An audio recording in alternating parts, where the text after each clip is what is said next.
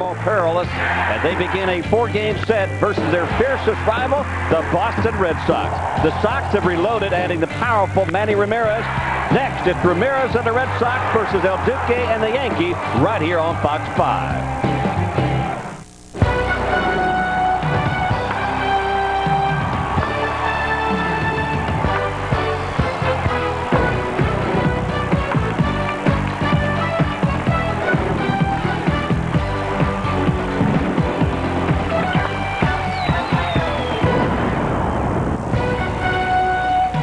New York Yankees baseball right here on Fox 5. The Red Sox and the Yankees begin a 4-game series here in Boston.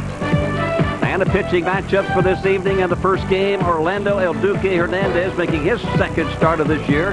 And he will be opposed by the rookie right hitter, Paxton Crawford, going against this World Championship Ball Club. Big weekend here in Boston with a marathon being run this coming Monday. But the Red Sox and the Yankees begin a 4-game series tonight here at Fenway. Hello, everybody. I'm Bobby Mercer along with my partner, Tim McCarver. Welcome to New York Yankees baseball here on Fox 5. Well, this year we have an unbalanced schedule. You've heard about that. It's 19 games between the Red Sox and the Yankees this year. That hasn't happened in a long, long time. Let's take a look at the schedule. The Red Sox and the Yankees, as we said, begin that 4-game series tonight. Then the Red Sox travel to New York next weekend for a 3-game series, 19 games in all throughout this year. And the next set of series between the Red Sox and the Yankees will begin mid-May. Well, the Red Sox, Tim, scored only 792 runs last year. That was third lowest in the American League. So what did they do? They got on the free agent market, went out and got one of the most feared hitters in all of baseball, Manny Ramirez. And there's no question about Manny Ramirez enhancing any lineup. As a matter of fact, this year, the first pitch he saw at Fenway Park from Ryan Root of the Tampa Bay Devil Rays, he homered. His only home run of the year, but Red Sox fans can be sure that he'll have many to add on to that home run total. Look at the RBI production over the last 3 years. No major leaguer has produced like Manny Ramirez of the Red Sox. Boy, and he fits well in this lineup along with Garcia Parra when he gets back and Carl Everett. They've got some offense now, this Red Sox team does. Well, it's a big 4-game series, and it's Tim McCarver, Bobby Mercer coming up for the first pitch right here on Fox 5. Stay with us.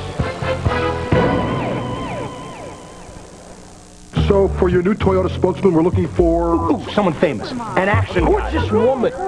Tom or Meg? Wait, what about me? Me and my dog Baxter could do it. How about a cartoon character? Better yet, let 4Runner speak for itself with 1,000 cash back plus a $1,500 price reduction. That's $2,500 in savings on a new 4Runner. Me and Baxter. Child actor. Supermodel. I'll set up options right away. At least they agree on the 4Runner savings. See your Toyota dealer today.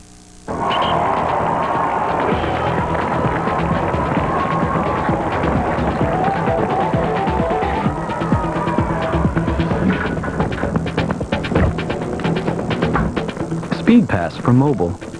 Now you can refuel inside the store, too.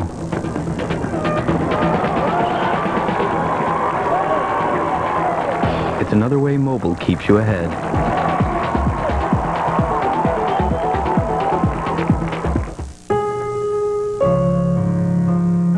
Take me fishing, because our boat's cooler than any video game. Take me fishing, and make me feel 16 again. Take me fishing, because I miss my boy.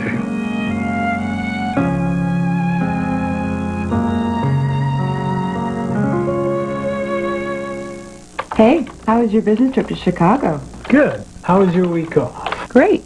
My friends and I went to the beach. Really? Yeah, we rented from Hertz.com. Found their best rates, special offers, and it was real easy to use, too. Maybe we should try it this weekend. We.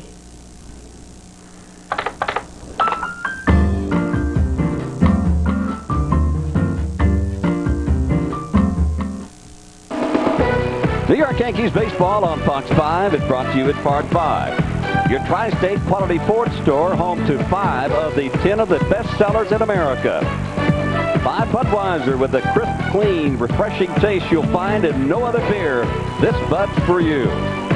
And by Wendy's, the best hamburgers in the business, and a whole lot more. by your local Toyota dealer.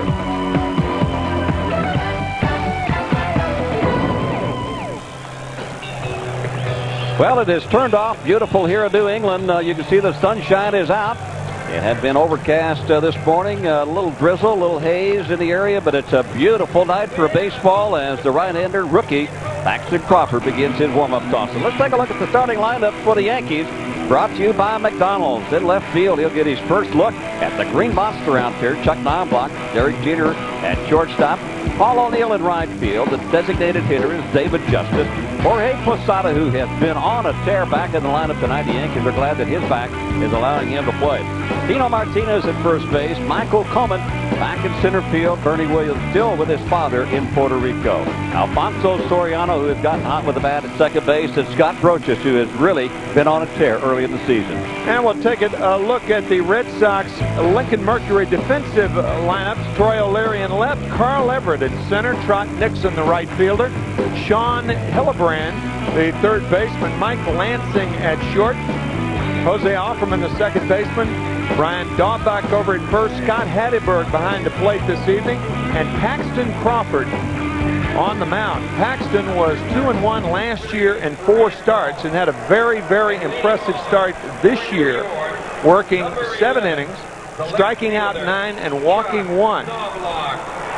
One of the very few young rookie pitchers that the Red Sox have had in the rotation over really the last 4 or 5 decades.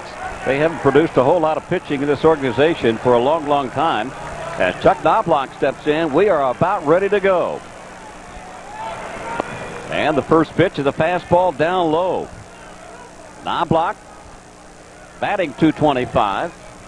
No home runs and 5 RBIs, but more importantly, Chuck has 4 stolen bases already. And that pitch in there for a called strike. Now it's 1-1. Both ball clubs off to a fast start here in the new millennium. The Red Sox taking care of Baltimore last night. Their record 6-3. And that pitch is fouled back and out of play. And of course, the Yankees ran their record to 7-2 as they swept the Kansas City Royals, and 6 times that they played them. Joe Torre, Mel Stottlemyre, very happy with what they have seen so far. Derek Jeter is back and starting to hit the ball like Derek Jeter knows how. That was an off-speed pitch, and one of his good pitches, Tim, is that changeup that he'll use. That was a slider right there, but Paxton has a very, very good changeup. Moving fastball, a developing curve, says Jason Varitek, who is not behind the plate today. Excellent off-speed pitch. Jammed him, slow roller, left side. Tough play for Hillenbrand, and he makes the play. One of the bright spots for this Red Sox ball club has been Shea Hillenbrand at third base, and what a job he has done for the injured Valentin. Good play right here. Once Crawford can't get to the ball, comes imperative for Hillenbrand to make the play, and Shea does it very well. There's 2 things the Yankees don't like about this young man right here. One is he's playing some great baseball for the Red Sox. The other is his name is Shea. Batting now is Derek Jeter. DJ just getting in the groove after being placed back on this roster with 3 RBIs. 1 out here in the top of the first. Good swing and a foul back and out of play. Well, the Red Sox and their fans certainly would not like the third baseman for the Red Sox if his name was Yankee Hillenbrand. I think Shea has a different meaning, you know what I'm saying? At least for the Yankee fans. Paxton tried to go inside and misses. Paxton, as we mentioned, a rookie. As you can see the series as Jeter begins to heat up offensively for the Yankees. One thing you got to like about the young man is that he works quickly. He knows what he wants to do. He's got an idea. Once he gets the ball back, he's looking at the catcher and for a sign. Not wasting any time. 6'3", 205-pounder out of Arkansas. There's that breaking ball again, and there's Hillenbrand at third. 2 gone for the Yankees. That'll bring up Paul O'Neill. That was a good sequence of pitching, working Derek Jeter. Fastballs inside, inside, inside, and then he went to the slider low and away, and Derek reaching and grounding out harmlessly to Hillenbrand. Batting third, Joe Kerrigan has seen the Boston pitchers. He's the pitching coach for the Red Sox. He's seen his staff win the American League earned run title the last 2 years, in '99 and the year 2000. The Red Sox with the best pitching in the American League. Helped greatly by Pedro Martinez. Oh, yeah. And that minuscule earned run average that he always puts up every year. What a matchup for tomorrow's game. That pitch down low and outside to Paul O'Neill with Roger Clemens and Pedro Martinez duking it out here at Fenway in an afternoon contest. We'll have that game for you right here on Fox 5. You don't want to miss that one. And the off-speed pitch, the pitch down low for a ball, so that runs the count to 2 balls and no strikes with 2 men out, and David Justice awaiting on deck. That was a straight change to Paul O'Neill, and usually a right-handed pitcher will reserve the changeup for the left-handed batters. Rarely do you see too many right-handed pitchers throwing straight changes to right-handed hitters. They'll rely on the breaking ball going away from the right-handers. Well, he comes back to the hard stuff and just paints the outside corner on a pitch that all your great pitchers will say you got to make them if you're going to win any games, and that's that 2-0 behind pitch. When you're behind in the count 2-0, 2-1, 3-1, you want to stay away from the left-handed batter, generally speaking. Well, he just blew that one by O'Neill, high and outside. That'll get the count up at 2-2. Take a look at the scouting report on Paxton Crawford. A funky motion, a good changeup and slider, and a developing curveball. That's our Budweiser scouting report on the 6'3" right-hander. Fans already into it. As O'Neill fouls that one, knock it out of play. You can already see the first 3 batters in this Yankee lineup, how Paxton is approaching these hitters, moving the ball inside and outside, not staying with one pattern and changing speeds. And I think your observation, Bobby, about him working quickly, first time we've seen Crawford. But when a young pitcher or an older pitcher works quickly, they exude confidence. And the off-speed pitch down low, that runs the count to 3 balls and 2 strikes at O'Neill. We talked about that funky motion of Paxton, high leg kick, and right there, that stiff left leg. Upon release, he's very, very difficult to pick up. Ball's on top of you in a hurry. Red Sox #9 pick in June of '95. And another pitch foul back out of play. That looked like that slider that he ran in on the hands of O'Neill, trying to tie him up. Well, the umpiring crew tonight, Mark Carlson behind home plate, Tim Tashita at first base, Jerry Davis at second, and Rich Riker at third.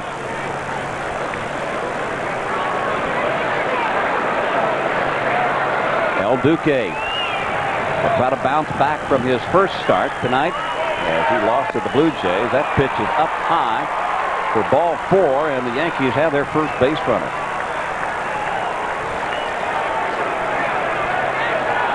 Jimmy Williams in his 4th year with this Boston Red Sox ball club. They last year won 85 games and finished 2 behind the Yankees. They felt like adding Manny Ramirez, and if they can just get somebody to back up Pedro Martinez, they think they can make up those games against the Yanks this year.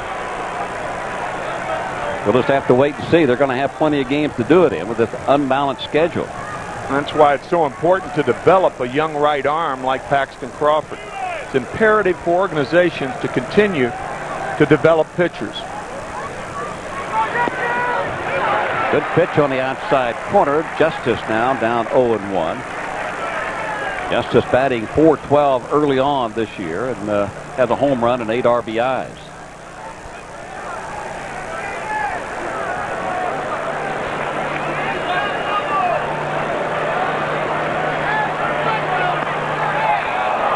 That's outside. That'll even the count up at 1-1. One of the tough parts of this ball club is in right field, and especially when you have a 6:05 start, the sun is right in the eyes of the right fielder. It'll take probably a couple of more innings before that sun sets behind Fenway. Right now, Nixon has got to fight the sun along with Paul O'Neill when he gets out there for New York.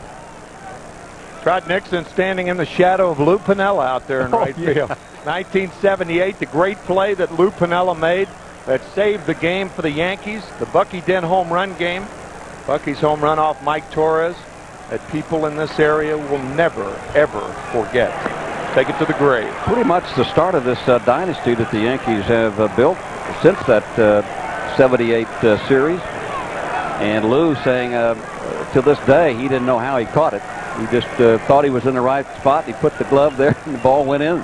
Was he ever in the right spot? Yeah. You know, it's such a helpless feeling, too. I've been in those situations where you got the sun in your eyes and you know the ball's there, but you cannot see it. It's embarrassing, too.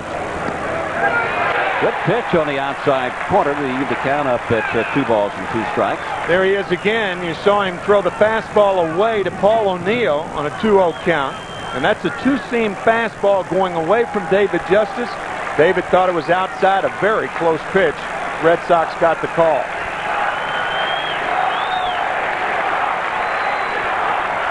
There goes O'Neill, and the pitch is fouled just off to the left side. Nice move by Willie Randolph at third. Willie still got those moves, doesn't he? He was always quick. Well, he could move around second base. I'll tell you, he had as good of moves around that bag as anybody. Trying to have some of that rub off on Alfonso Soriano, and it is. It is. You're right. The count remains at 2 balls, 2 strikes. 2 men out here in the top of the first. This time, Paxton takes a longer look at O'Neill at first. The Yankees, along with the Red Sox, not really a running ball club. This time it's hit, and it's smothered by Daubach at first. And Daubach takes a base hit away from Justice. They played a half an inning. Yankees leave a man on. Here comes El Duque to face the Red Sox coming up here at the bottom of the first.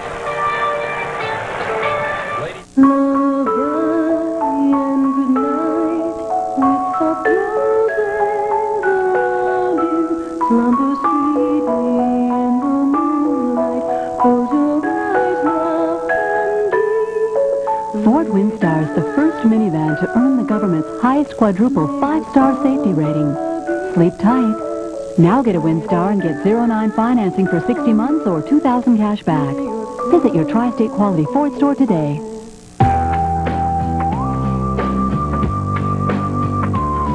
A beer is only as good as the ingredients used to brew it. That's why Budweiser uses only the finest all-natural ingredients, hand-selected to deliver a taste, a smoothness, and a drinkability you won't find in any other beer at any price. This one's for you, and you, and you, and you. This one's for you. This is a bucket of water, and this is Goodyear's new and improved AquaTread 3. At higher speeds in a downpour, a set of AquaTread 3 tires pumps away over 6 gallons of water per second. That's over 360 gallons per mile, with its 80,000-mile tread life limited warranty. That's a lot of water. Think about it next time it's pouring buckets. New AquaTread 3. Only from Goodyear. Goodyear, Goodyear. Jerry's show is on the air, and everyone's watching. Oh, he's horrible, horrible. What a sellout. Give me that remote. How could anyone not like him?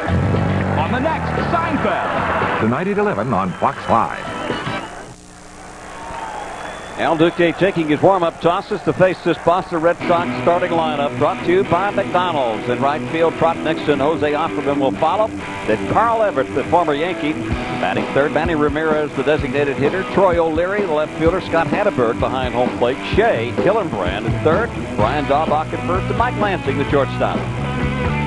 Our Lincoln Mercury Yankee defense, the first time Chuck Knobloch has played left field here at Fenway Park. Michael Coleman, the ex-Red Sox farmhand in center field. Paul O'Neill in right. Brocious, Jeter, Soriano, Martinez in the infield. Jorge Posada, his 41st game in a row, catching Orlando Hernandez. And there is Chuck Knobloch. And behind him, strange sight. The famed Green Monster, and one of the toughest left fields to play is right here at Fenway, as Trot Nixon takes the first pitch from El Duque, low and outside for ball 1. El Duque's numbers, 4 1/3 in his first start against Tampa Bay. Gave up a couple of home runs in that game as he threw 91 pitches. And this time he paints the outside corner for a called strike. Now it's 1-1. Nixon batting .200 with a couple of home runs and 6 RBIs. 2 for 13 lifetime versus El Duque. And the off-speed pitch swung on and missed. Now it's strike 2. That looked like a changeup or a splitter from El Duque. Always experimenting, always trying to come up with new pitches, particularly to left-handed batters. And what a great pitch if you got a great changeup or an off-speed pitch to a left-handed hitter, especially here at Fenway. And this pitch is lifted out into left field, so Knopfloch will get the first batter to test him out, and he is perfect. So one gone for the Red Sox here in the bottom of the first. Fox 5 and the Toyota dealers. Well, let's take a look at this Knopfloch play first. They're proud to present World Championship New York Yankee Baseball, now available on the SAP channel of your television.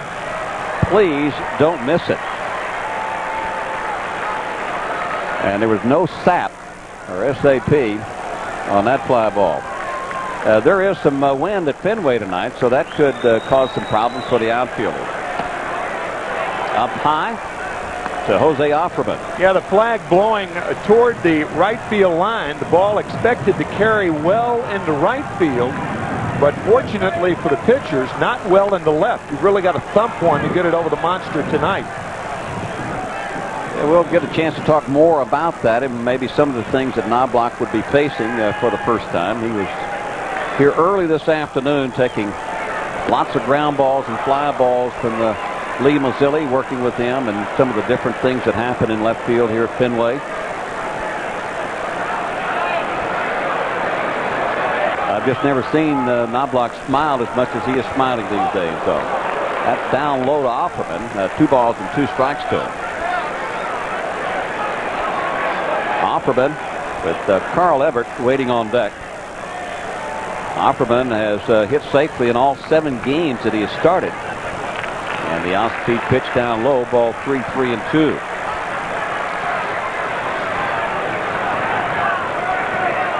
Lots of injuries on this Red Sox club.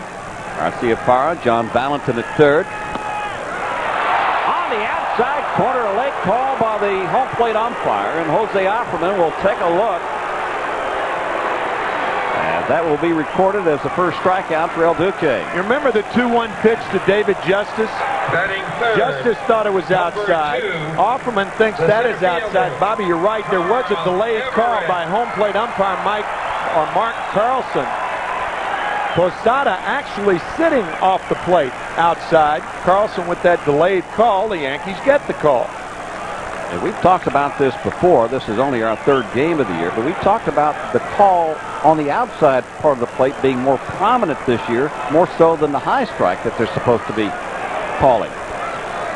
And it was supposed to be the two combined, that umpires were going to be a little more deliberate, make pitchers get the ball over the corner instead of that phantom pitch an inch or 2 off the plate.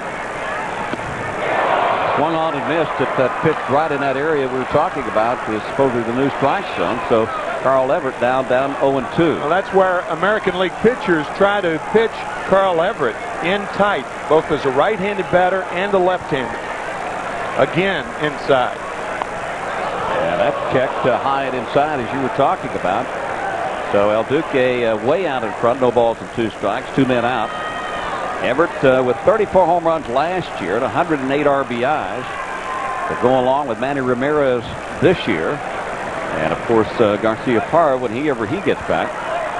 Pretty awesome offense that Jimmy Williams could put out there. That's down low. That's a waste pitch right there, but you can bet that the Yankees throughout the season, throughout this series, will try to come back inside to Everett. The reason for that is right on top of the plate. See, that right foot is almost out of the batter's box, and that has been a subject of much debate as far as Carl Everett and the American League umpires are concerned. Well, right now, I mean, you talked about it. They came right in to try to jam him again after wasting that off-speed pitch outside. You can see where he's standing.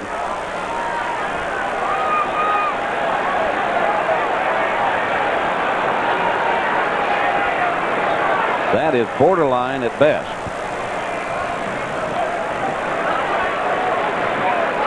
Of course, he's had his off-the-field problems with Jimmy Williams, the skipper. Down low and outside. His last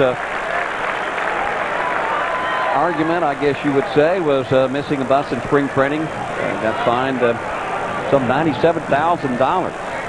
That is in dispute at this present time in the hands of an arbitrator. The highest, did he go around? No, he did not. So that was 3 balls and 2 strikes. But he's got no love for the Yankees.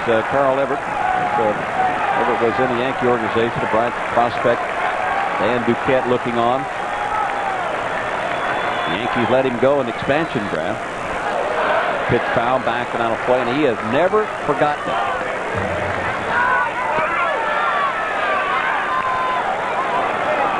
But he can hit. As we told you, with those 34 home runs last year, 108 runs batted in. And he has hung tough here against El Duque to run the count to 3-2. Another pitch foul back and out of play. Manny Ramirez awaits on deck.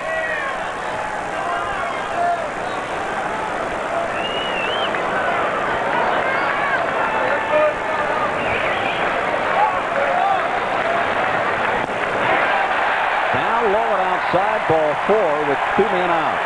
Bobby, it's not unusual for the Red Sox to have headlines. Manny fakes left and goes right. That's talking about Manny Ramirez and whether he wants to play left or right. Everett punished for missing the bus again. That's twice. And Nomar Garciaparra, critical to this ball club. And I mean critical. 372 batter last year. And it's going to be tougher for Manny Ramirez to pick up the slack if Nomar's not there. He's there in spirit tonight, but not on the field. He'll be out until late June, early July. Wearing that cast as the surgery has already been taken care of. The Red Sox, they don't run a whole lot. In fact, they have only 1 stolen base this year, and Carl Everett is the guy that has that stolen base. He's on at first. But with 2 outs, I don't know how many times he'll be running with Manny Ramirez at the plate. Already big numbers for Manny.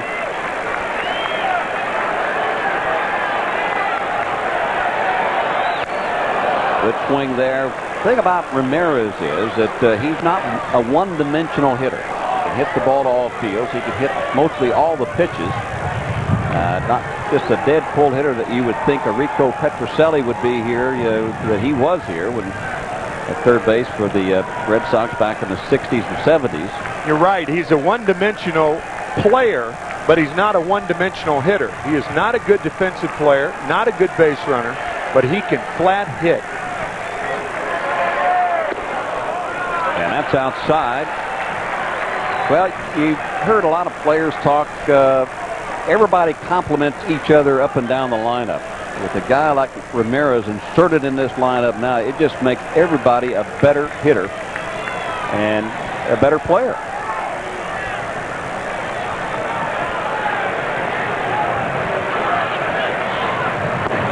Good pitch there, swung on and missed. Down 1-2. Good running situation right here, Bobby, because if the Yankees elect to pitch out, or if it's a ball, often you try to get Ramirez to chase a ball out of the strike zone. Now he's in the hole. Good time to send Carl Everett. Red Sox, generally speaking, though, are not a fast team. Everett has speed. Ramirez. El Duque thinking along the same lines as you, wants to keep him close. If you're going to take a chance, now would be the time to do it with the 2 strikes on Ramirez. Yeah, a lot of times good base runners try to run on counts. For instance, if a guy is a bad ball swinger like Ramirez is, you try to get him to go after something bad. Often that pitch is in the dirt, or it's a pitch up and in. So if you think Hernandez is going to do that to the hitter, then it stands to reason it'd be a good running situation. And there goes Everett. And the pitch is swung on, so Posada won't have to throw the ball down to second base as El Duque strikes out. A very dangerous hitter. We've played one here at Fenway. First game of 4. We'll be back. That one there. Excellent choice. It's all yours. A rocky day on Wall Street. Today's big loser, Enormitel, down 93%. In weather. Well, hello. Diversify your risk in virtually any sector. iShares Index Stocks. Ask your advisor.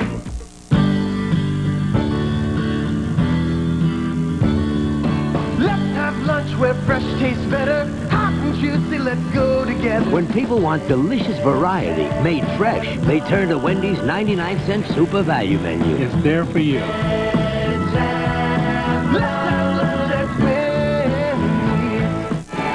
Now Biggie size any Wendy's combo. You could win your choice of 3 exciting vacations at Universal Orlando Resort. Is it too late to choose something else? The Toyota dealers are here. Showtime. Hi! Look, we need your help. You're a super agent. We need a spokesman. Put me in an SUV and I'm your boy. Hey, how about the all-new Highlander? Civilized comfort and a tough available V6. Or a Sequoia V8, seats 8 and has 10 cup holders. So, our spokesman? Sure. We'll start auditions. 10 cup holders. Hope it comes with a porta potty. Nearly everything you need in an SUV at your Toyota dealer now. Tomorrow, it's a classic rematch between two of baseball's greatest pitchers. It's Roger and the Yankees against Pedro and the Red Sox. Don't miss the showdown on the mound. Yankee baseball, tomorrow at 1 p.m. on Fox 5. Welcome back to Fenway Park. I always love to say Park. Bobby Mercer along with Tim McCarver. Jorge Posada will lead it off for the Yankees here in the second inning. Good to see Jorge back in the lineup. He had to leave game a couple of games ago against the Kansas City Royals with a stiff lower back.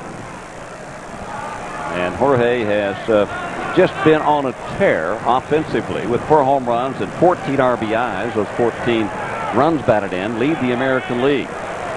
And Crawford's first pitch is up high and outside, ball 1. Bobby, it's a subject of debate as to which Yankee the Yankees could not do without. But in my view, it's Jorge Posada. You can lose Roger Clemens. You can lose Mike Mussina. You can lose Derek Jeter, Paul O'Neill, Bernie Williams. And the Yankees could get along. You lost one of them. They cannot get along losing Posada. Hit into right field, and coming on is Nixon. Nixon makes the play as the sunshine going down in right field. Well, the oldest park? Well, it is the oldest park in all of baseball, built back in 1912 here at Fenway, and of course outside of Yankee Stadium. Number 24. Yesterday, welcome home our American military crew, obviously the crew that was detained in China. They're back on U.S.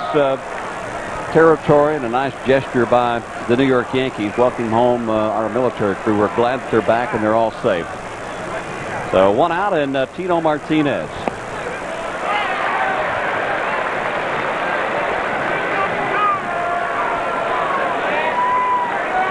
Tino has done what I've always wanted to do, and that's work on my body and make sure it's in good shape. Only you do that. He did. now, Bob, you do that. Bill Webb, our director, said, and it shows too. And he's talking about me. Yeah. But look at Tino. He looks like an Adonis. And Tino out to prove something this year. He's out to prove everybody else wrong, that his bat is slowed down, that he has lost some of his skills to be able to produce offensively like he has. And only thing that slowed Tino's bat down last year was his technique, not his body. Opening up too soon. Happens to a lot of hitters. And when you do that, it looks like your bat is slower. You keep that front shoulder in, as Tino is doing. Now, obviously, he's in probably the best shape he's ever been in, and you have to do that the older you get. Keep yourself in better physical condition before that front shoulder's been locked in so far. Gets well into center field. Everett moves over to right center. 2 gone for New York. Besides offensively, Tino Martinez, one of the best, if not the best, first basemen in all of baseball. You can see that swing right there from a body that looks identical to my partner, the center fielder, Michael Coleman. Looked like my swing, too. Tino is out. And Michael Coleman, who got a little bit of a boo here at Fenway, with Michael Coleman, used to be in the Red Sox organization. As Paxton Crawford delivers up high to him, we'll take a look at our Wendy's quote book. I think my last spring training, it was clear that Jimmy Williams was not going to make me a part of that squad. I couldn't see. Good breaking balls there. I couldn't see a reason why I wasn't a part of that team, and there's been an ongoing feud between Coleman and Jimmy Williams. Coleman claiming that Jimmy didn't give him a chance, and then when he sent him down, he didn't have the nerve to look me in the eye to tell me he was sending me down. Some pretty harsh words from Michael Coleman. A pretty good pitch from Paxton Crawford. 1 ball to 2 strikes. There's that slider we were talking about. Scott Hatteberg sitting on the outside corner. Paxton Crawford, impressive so far. In and out, slider away, fastball inside. And now he has Coleman set up for that slider away again.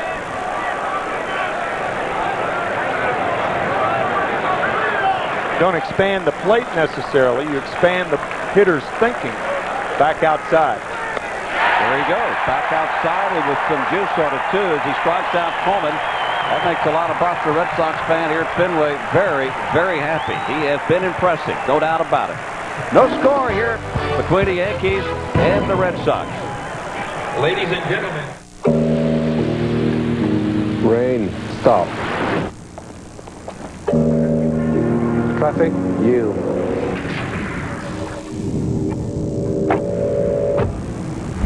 CD, play. Climate control, on. The Infinity Q45 with voice-activated controls. Lights, green. The rest of the world should be so accommodating. The new Q from Infinity. To be the best takes strength, speed, endurance. The best way to cure athlete's foot has it all. Lamisil AT. Strength, full prescription strength to stop the itching and burning. Speed, these take 4 weeks of treatment. Lamisil AT cures athlete's foot with just 1 week's use. Endurance, a study showed most users were still athlete's foot free 3 whole months later. Get it all in Lamisil AT, the best way to cure athlete's foot. Reviewing our last fiscal year, the numbers from January were slightly better than the numbers from February. However, the numbers in January were identical to the numbers in March. The numbers in April were slightly lower than the numbers in March, but identical. Like playing games? Come to Best Buy, where you can play the latest video games and try out a lot of other cool stuff.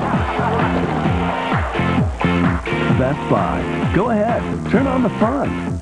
Drew and Mimi, don't touch the troll! Is that what your mom used to say to your dates? Together, they're bigger than anything. For 800 pounds of trouble. On the Drew Carey Show. Drew it 5 days a week. Monday at 6:30 p.m. on Fox 5. Welcome back to Fenway. We're at the bottom of the second inning as the Red Sox come to bat against El Duque. El Duque struck out 2 in the first inning. Still no score. And Troy O'Leary swinging at the first pitch. Not unusual for O'Leary. He has swung at 62% of the pitches that he's seen. That's 3rd in the American League. That's behind Davy Cruz of the Detroit Tigers and Darren Fletcher, the catcher of the Blue Jays. 0 for 20 to start the season, but 6 for his last 9. He's been on a tear, a mini tear, I might add. Yeah, and 5 RBIs in the last 2 games. And you don't want to start off 0 and 20. And the off-speed pitch line right to Jeter at shortstop. 1 gone. Well, Jerry's show is on the air and everyone is watching. But are his friends laughing? You can watch Seinfeld tonight at 11 o'clock right here on Fox 5. Didn't look like he was laughing a whole lot, did it? Funny man. What a great show. One of our favorite shows here in the booth. One gone, and Scott Hatteberg.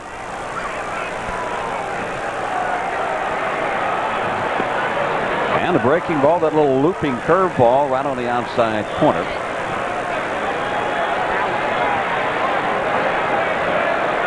A little bit surprised tonight that Hatteberg is starting behind the plate instead of Jason Varitek, one of the switch hitters. I asked Varitek about that. He said Hatteberg caught the young Paxton Crawford his first time out. You got to play him sometime. Good time to do it the night before a day game. Varitek's going to do the majority of the catching for the Red Sox. Hatteberg will catch, unless Varitek gets hurt, he'll catch around 40 games or so. 1 ball, 2 strike count coming to Hatteberg. Outside for a ball. Now it's 1-2, or 2-2. Hatteberg 1 for 4 against El Duque. Who knows? That one hit was a home run. So Varitek's lifetime average against El Duque, not that good. Pass Derek Jeter into center field for the first base hit of this ball game. So Hatteberg, nice choice by Jimmy Williams. That's the first hit. Well, we talk about the day game after the night game. We got a game for you tomorrow. Roger Clemens and Pedro Martinez. Now listen to this. 8 Cy Young Award between these two. I can't wait for tomorrow afternoon. That's the most Cy Young Awards in the history of the game. 3 for Martinez, 1 last year, and 5 for Roger Clemens. Facing one another. And they both like to pitch inside. Yep. They'll do that. They will do that for sure. Shea Hillenbrand now steps in. Hillenbrand with a 9-game hitting streak and has hit in all of the games for the Red Sox this year. This kid has come, and he has come to the big leagues in a hurry. Playing in Trenton last year, that's Double-A baseball. And he actually made this ball club out of spring training. Jimmy Williams liked what he saw. He has hit in the minor leagues. And with John Valentin on the disabled list and not at third base, they were looking for somebody. Garcia Parr goes down, so there's an opening for Hillenbrand, and he can cut the mustard in spring training, and he won himself a job.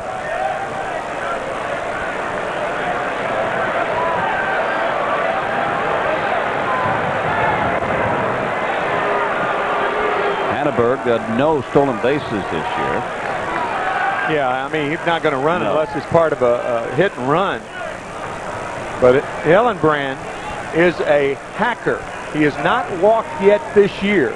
Last year, he went through 33 games, 33 straight games without drawing a walk. And that's a very, very important category when a pitcher or a catcher looks at a minor league record of a player they're playing against now. You don't know much about him. You hear all the scouting reports, high ball hitter, all that stuff. The one key thing is if you see 19 walks and 529 plate appearances, you know he's a free swinger. Like that. That one, yeah. And so the only play for Tino is to go to Jeter to cut the run off at second, so 2 down. That's what we're talking about. You saw how far that ball was outside. That ball 6 inches off the plate. No hit and run here. The Hillenbrand right there. Once major league pitchers find out you have a weakness for balls off the plate, why throw it over the plate? It produces an out. You know, it's pretty typical for young hitters to be very aggressive at home plate. Nowadays it is. It's really one of those things that it takes a while for you to get your feet planted on the ground at home plate and know what you want to do and have an idea when you go to home up there to look in a zone for yourself. Give yourself a decent chance percentage-wise. Ryan Dahlbach, dangerous hitter. It didn't used to be like that, though, Bobby. Used to be coming up from the minor leagues, you'd see a lot of young hitters with twice as many walks as strikeouts. You almost never see that anymore. The one guy that Tony Muser saw it from was Mike Sweeney, the fine first baseman of the Royals. More bases on balls than strikeouts. That's a key category for minor leaguers coming to the big leagues, and Hillenbrand one of them with a lopsided walk-to-strikeout ratio. Outside corner, strike 2. You know, both of these ball clubs have new hitting instructors. Take another look at this strike. Of course, the Yankees with Gary Denbo, their new hitting instructor. Jim Rice was here for so many years for the Red Sox. Rick Down, the former Yankee, is now over for Boston. There's Gary. A lot of good things have been said already about Denbo and how he has helped Brocious and Martinez and Jeter. Swing and a miss. Actually was tipped into the glove of Posada. And that's the third strikeout for El Duque. So El Duque looks impressive along with the young rookie right-hander. No score here at Fenway. We'll be back right after this. So for your new Toyota spokesman, we're looking for... Ooh, someone famous. An action guy. Who's this woman? Tom or Meg? Wait, what about me? Me and my dog Baxter could do it. How about a cartoon character? Better yet, let 4Runner speak for itself with 1,000 cash back plus a $1,500 price reduction. That's $2,500 in savings on a new 4Runner. Me and Baxter. Child actor. Supermodel. I'll set up auditions right away. At least they agree on the 4Runner savings. See your Toyota dealer today.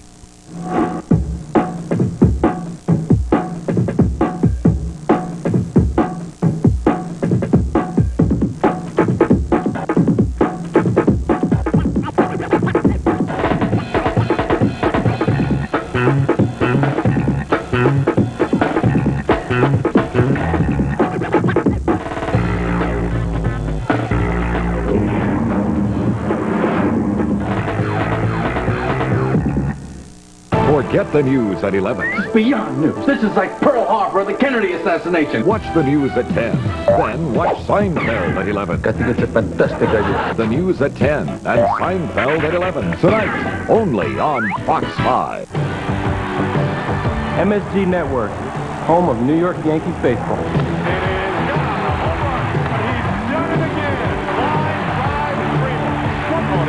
Strike 3. A home run for Jeter. And he makes the catch. Oh! Swing and a miss. Strike 3. He's looking up. It is gone. This game is over. MSG Network. It's more than just a game.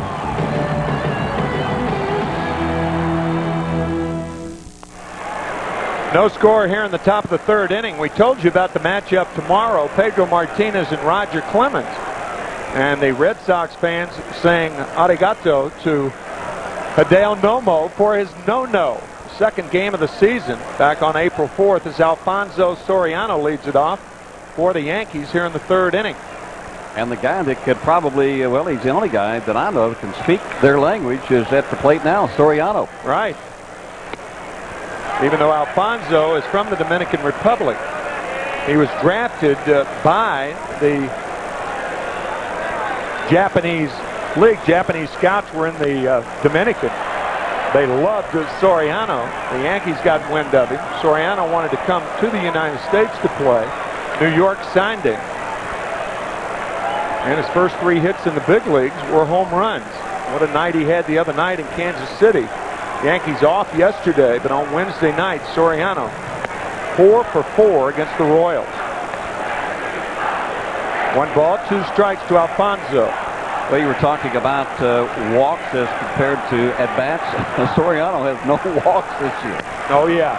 He's not going to walk a lot, but he'll do that. Yeah. 5 straight hits for Soriano. He's the leadoff base runner here in the third inning, and that'll bring up Scott Brocious.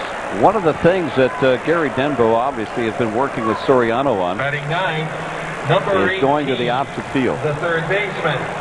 Especially with 2 strikes. Protecting outside, Scott Brocious, Soriano, and Paul O'Neill spraying hits all over the place, using the other side of the field. There are very few good big league hitters that are pull hitters in this day and age. You know, I would think, Tim, that the bottom of the Yankee order, after watching Crawford and how he worked through the first, 6 batters, get some idea how he's going to work the hitters. And we noticed the inside, no particular pattern, working inside, outside, changing speed.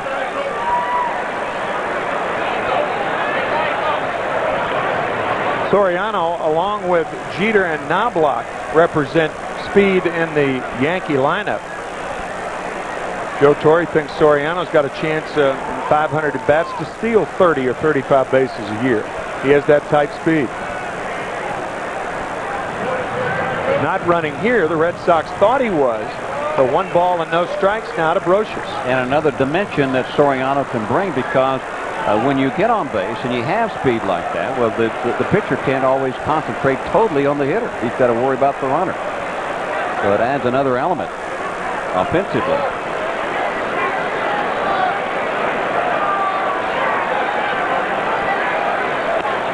Soriano faked at first base. Crawford's pitch is low to Brocious. 2 balls and no strikes to Scott. One of the reasons I think that Scott Brocious is off to a fast start this year, not only has he been working with Gary Denbo, with Soriano on at first base as many times as he's been there, he gets more fastball, and he's looking to hit the ball behind the runner. Again, a fake break by Soriano, and again, a ball out of the strike zone to Brocious. So 3 balls and no strikes to Scott Brocious.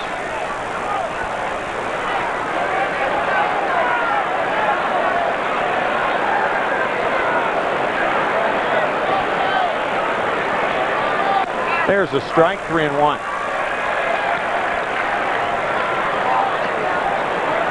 Yankees and the Red Sox playing each other 19 times this year.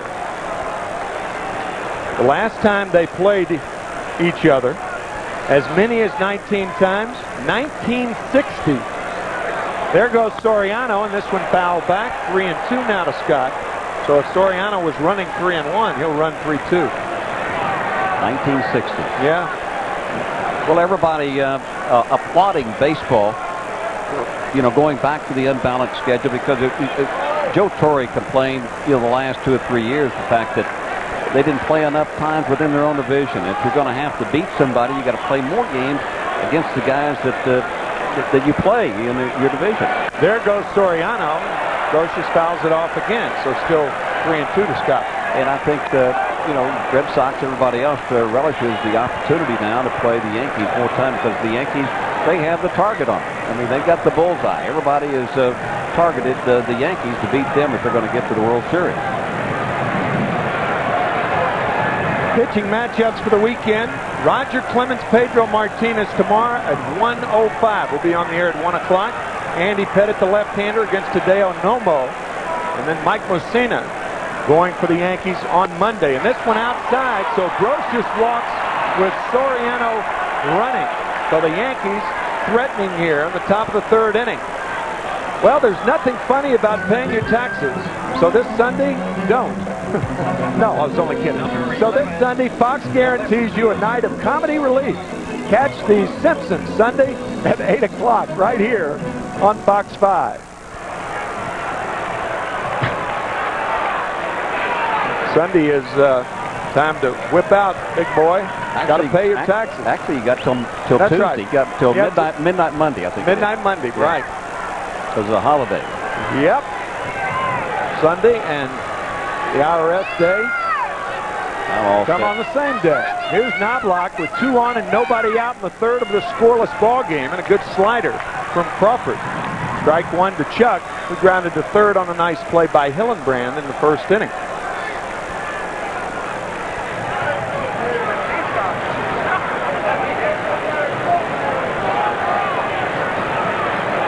Some of these young hitters can go to school off of Chuck Knobloch and how he approaches the strike zone. Little looper down the right field line. Nixon playing Knobloch perfectly, and because he was so shallow, Soriano forced to hold at 2nd. 1 out. Nixon, the best outfielder out of O'Leary. Not Carl Everett. Everett's the best outfielder with the most speed out there, but Nixon really covers a lot of ground. And like you said, who would have ever thought that Knobloch would be played as shallow in right field as Nixon played him? So with that, they save a run. Now, outfield positioning, as you know, Bobby, so much more important than infield positioning because you've got more room to cover in the outfield. Here's Jeter. And you know, here at Fenway, right field is the toughest place to position yourself because of the spaciousness out there. We got more nooks and crannies in this old ballpark than you can shake a stick at. You got to really be careful when the ball's up against the wall and rolling around. You hear that term in football, coffin corner. They have a couple of coffin corners here at Fenway Park. They also got that Bermuda Triangle out in center field, too, which is the deepest part of this ballpark. Balls seem to go in that area and just disappear, don't they? Yeah. And never are found again. Right. Inside to Jeter. 2 balls and no strikes to Jeter. We talked about Paxton Crawford, his second start as a rookie. He only pitched 29 innings last year. He's the only, check that, the only Red Sox rookie to make 25 starts since 1970 was Dana Kicker back in 1990. He had 25 starts. Inside corner, you might think, hey, what about Roger Clemens? When Clemens came to the Red Sox in 1984, he was in 21 games but only started 20. And then, of course, was to explode onto the scene in 1985. So the Red Sox have really had a tough time with young pitchers over the last 3 decades.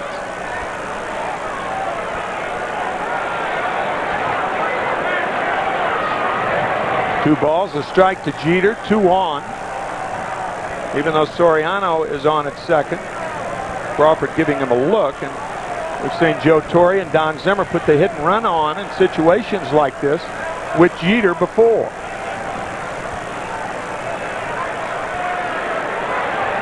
Nothing doing. 3-1 now. Jeter in a good hitting position here. Well, the whole game has changed now since the runner has gotten on at first base.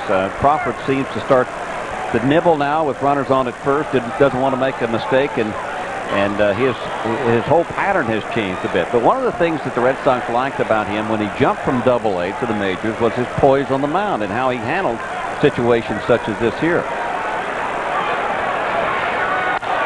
Line to left center base hit. Soriano's going to score. Grosh's tried for third. Jeter to second. 1-0 Yankees, and poor throwing by Carl Everett in center field. Giving Jeter second base. And if you give a good base runner second base, he'll take it. And Jeter does it all the time. Everett came up throwing, and he really didn't have a chance for Brocious at third. And Jeter, watching, he just takes advantage of every little thing that they do. That's what the Yankees have been known to do, though. Jeter, he's got eyes on going to second base. He watches the height of the throw, knowing that the throw is over the head of the cutoff man, and he just cruises into second.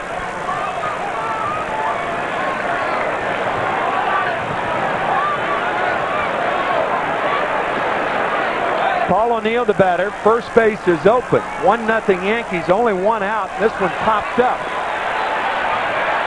Hatteberg with a play and makes it. 2 outs. So O'Neill fails to plate the run from third base with less than 2 outs, and that'll bring up David Justice. That pitch up and in on Paul, and he just never got the bat head out on it. Number 28. And it jammed him. I don't know if, in those situations, you just don't, just goes to show you a professional hitter like Paul O'Neill would be zoning in a pitch that he knows that he can drive there and not swing at a pitch that he knows that he can't handle. But he got a little bit anxious. Older players get anxious just like younger players. You don't seldom see that from a guy like Paul O'Neill. David Justice grounded to first, his first at bat, so 2 on and 2 out now. 1-0 the Yanks with a run in here, and this one tapped toward first. Ball back to Crawford. So for the Red Sox, Crawford gives up 1 run, but it could have been much worse as Derek Jeter drives in the only run of the ball game. After 2.5 here at Fenway, first meeting of the year, 1-0 New York. What are you doing to my street? Even though it's the best-selling sport utility vehicle in the world, not everybody is thrilled with Ford Explorer's legendary 4x4 off-road capabilities. Get a Ford Explorer 4-door and get 1.9 financing for 60 months or up to $2,000 cash back. Visit your Tri-State Quality Ford store today. I hate the street.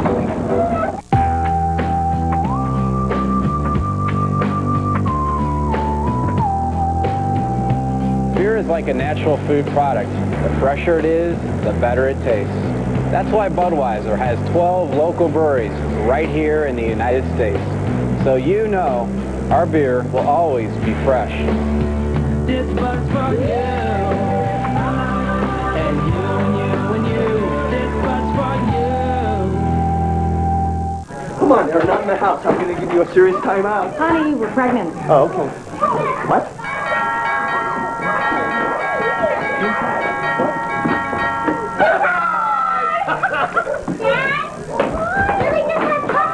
Pipe down! I can't hear my show. If you're ready for a bigger home, we'll help you get a bigger loan. At Washington Mutual, we write our own approval rules. That's the power of yes. Dad, exchange student here. Fun at Fenway this Easter weekend, and the Red Sox had a lot of fun when Hideo Nomo pitched the no-hitter, the second game of the season. This brilliant play by Mike Lansing, who was the second baseman that night. Was Nomo ever happy he was? Lansing saving what surely would have been a base hit with a lot of second basemen. Mike playing shortstop tonight, and he leads it off here in the third with the Yankees on top 1-0. The Red Sox and the Red Sox fans have a lot of hope at this present time. It's because of Nomo. Looks like he is back on track again, obviously, and then Paxton Crawford. Fly ball, right field. Easy play for O'Neill. One pitch, one out here in the third.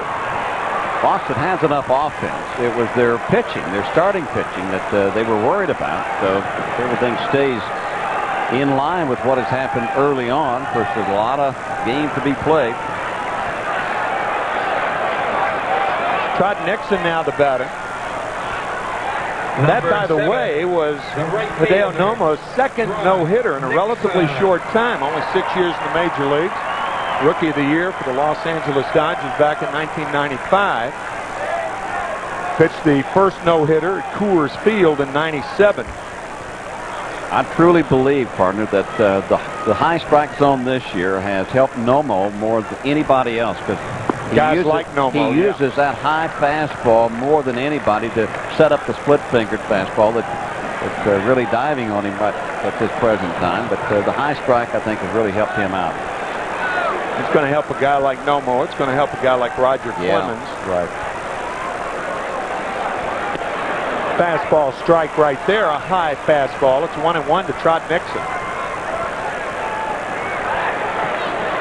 Bottom of 3, first to 4. And then these two teams will tee it up again next weekend at Yankee Stadium for a 3-game set, just inside, 2 balls and 1 strike. How great is that? Pedro Martinez and Roger Clemens tomorrow, and then next Friday at Yankee Stadium, in all probability, it will be Pete and Raj again. The Pete and Raj show. And it will be a good show. I'm glad I'm going to be here. 2-2 to Nixon. We'll carry both of those games on Fox 5. We have the game tomorrow at 1 o'clock. We're on the air. Again on Sunday. And then all 3 games next weekend. Not a ticket to be had, obviously, when the Yankees come to town. I mean, the place is sold out. All 4 games are totally sold out here at Fenway. And probably will be the same way at Yankee Stadium. Normally it is. This one fouled away. 2-2 to Trot Nixon.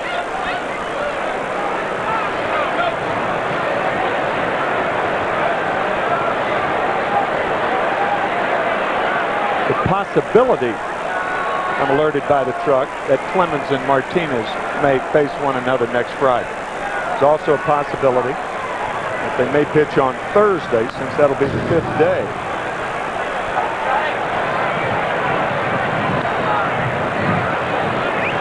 Still 2-2 to Trot Nixon, with the Yankees on top 1-0 here in the bottom of the third.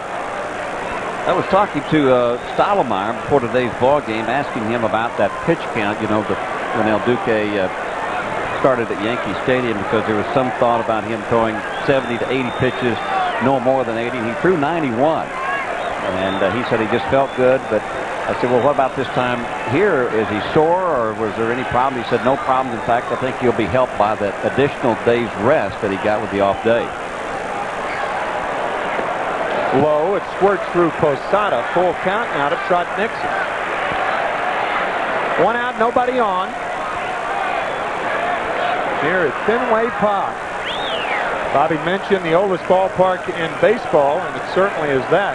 Rubbed off the front page of the Boston Globe in 1912 because the sinking of the Titanic. Still 3-2 to Nixon.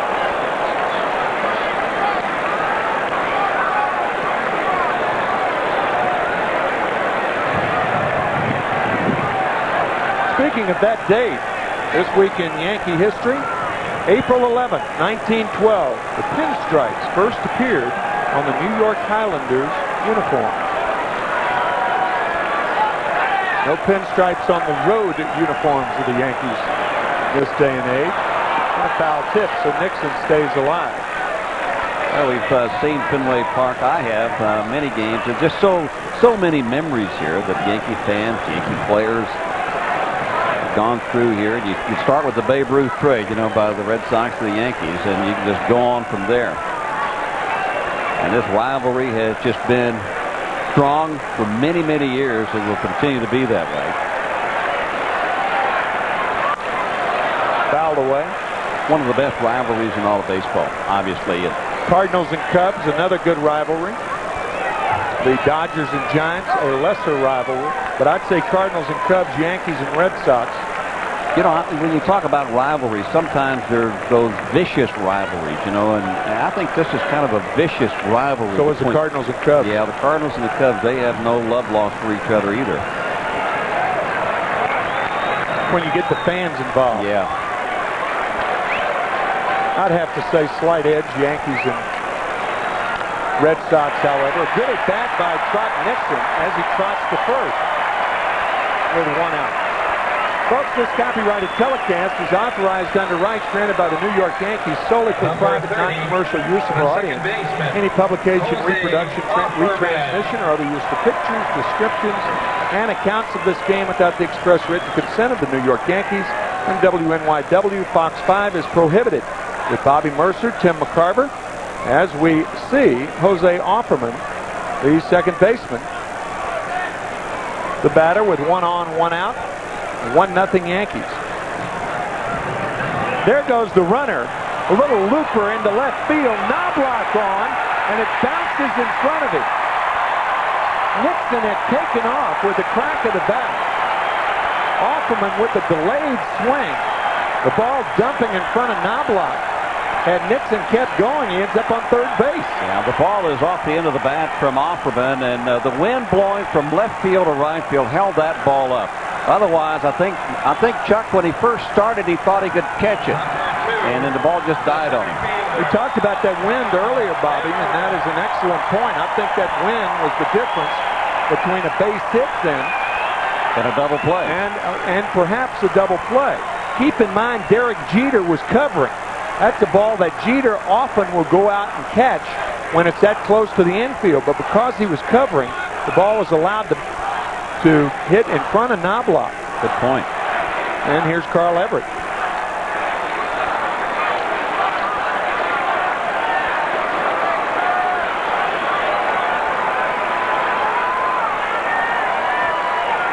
Everett walked his first at bat, and the breaking ball lined to Soriano.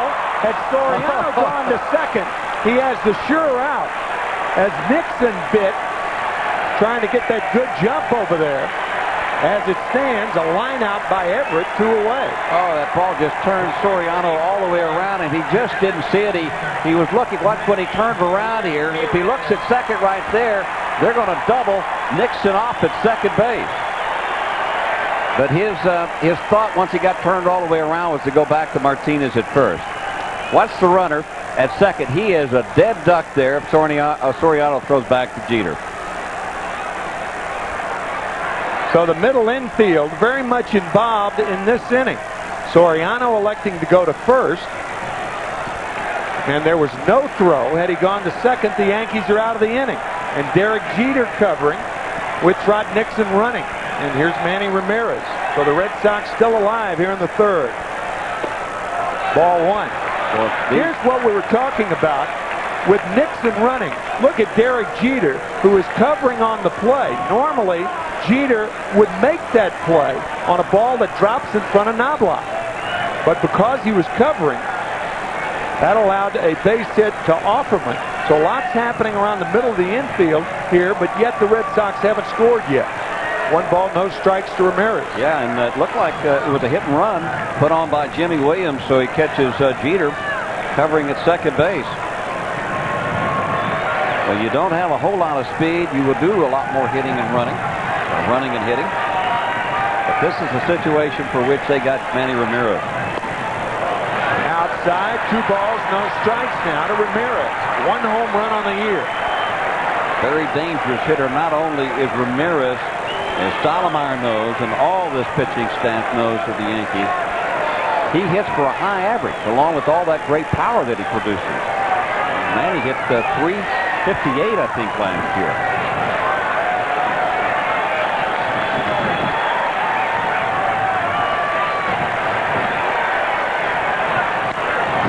Pitch to hit, and it's fouled off. 2 balls and a strike. Ramirez has had a fast start, but he still says he's not comfortable at the plate. Yeah, he's been fighting, a hamstring injury. That's the reason he's out in the outfield. You can see that ball low and away, and he was right on it, just swung underneath it. But, hampered by a sore hamstring, so Jimmy Williams has held him as the designated hitter, and he hasn't played the field in a long time. Sometimes those hamstrings get so darn sore that they even bother you when you make your stride. Sure, you don't stride properly. His left hand hamstring that's bothering him. And a foul ball. So a big key pitch right there for El Duque. It is 2 balls and 2 strikes with Troy O'Leary on deck.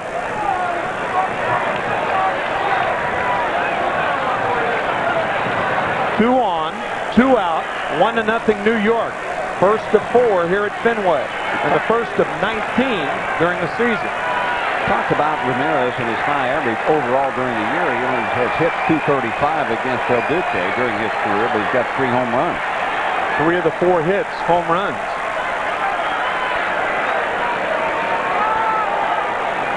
A low ball hitter against a high ball pitcher.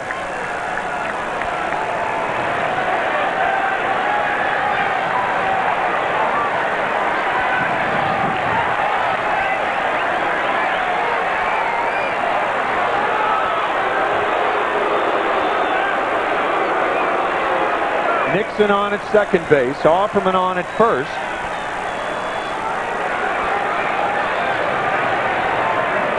Two strikes, 2 outs will give the runner on at second base, Nixon, an extra step or 2. Just outside, 3-2. Key pitch right there, buddy, because now on a short double, Offerman could score. Well, they worked it inside with that hard stuff, and then he tried to paint the corner outside. Didn't get the call. In fact, he wasn't even close, but hoping that Ramirez would swing at a ball pitch.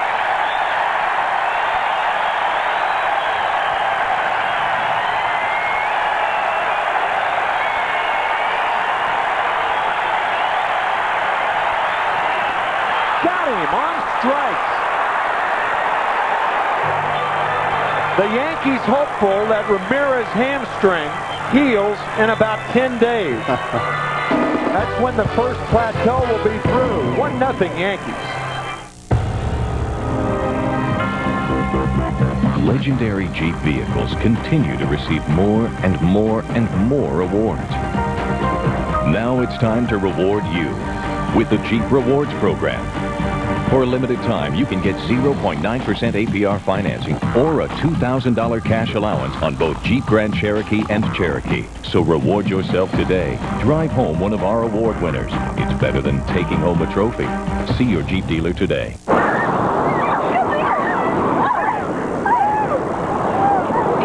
on! I'm not using my minute. I'm not using my minute. You broader! I am not wasting my daytime minutes on Little Miss Octopus. Use your minute. I refuse to call. Why? So you can save him to call your cheesy boyfriend? Cheesy? VoiceStream gives you the most whenever minutes, so you can talk about whatever you want, whenever you want.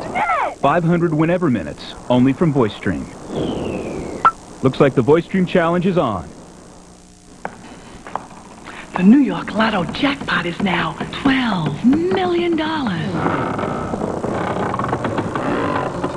Most people don't realize just how much that is. $12 million. Well, let me tell you, it's a ton of money. The New York Lotto jackpot is now $12 million. Play today.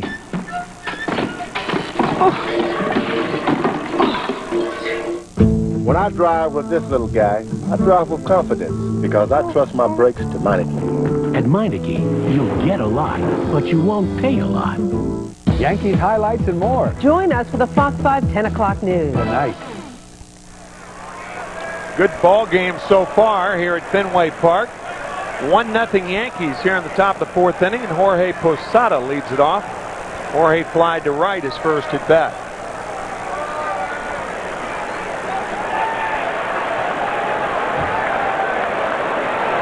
Jorge leading the American League in RBIs with 14 as we take a look at our Honda batting leaders.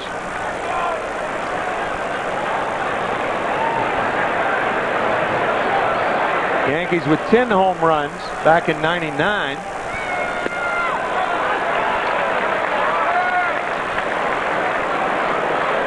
Most games with a home run at the start of the season. The Yankees have 9 now. If they homer in this game, they will tie their own record.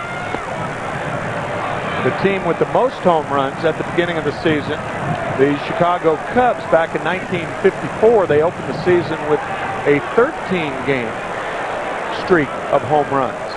2 balls and a strike to Posada. And the guy with the most home runs on this Yankee ball club is Posada with 4, including his first grand slam ever.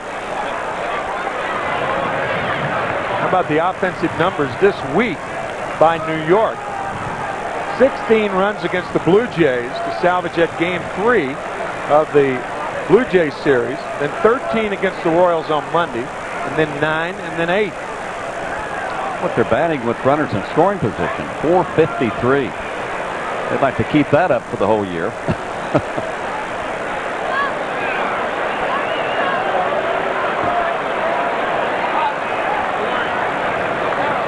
Jorge tried the old trick with the stiff back.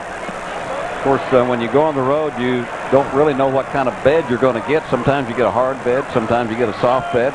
Sometimes you don't get any beds, and that's kind of where I'm at here in Boston. But he slept on the floor in Kansas City, hoping that would help ease some of the pain on the back. Ground ball toward first. Nice play, Dahlbeck. To Crawford covering. 1 out here in the fourth on a fine play by a first baseman not known for his defense. Yeah, he's not known for his agility. He's not known for his range around first base, but we've seen Dahlbeck make a couple of nice plays, including taking this what would probably have been a double away from Posada. Nothing that makes a pitcher happier than to see plays like that behind him.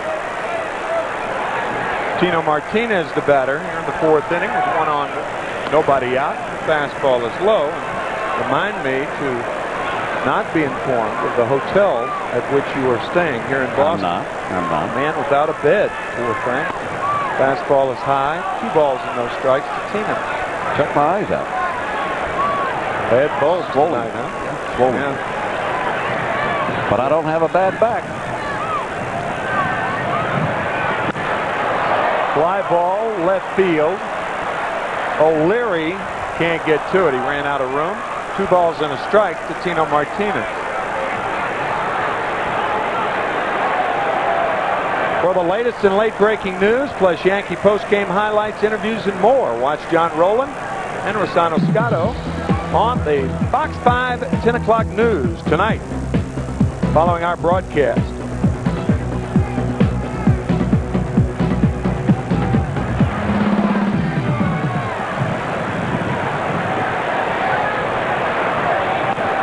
Change-up and a beauty right there, and a fastball count. Martinez got a change-up.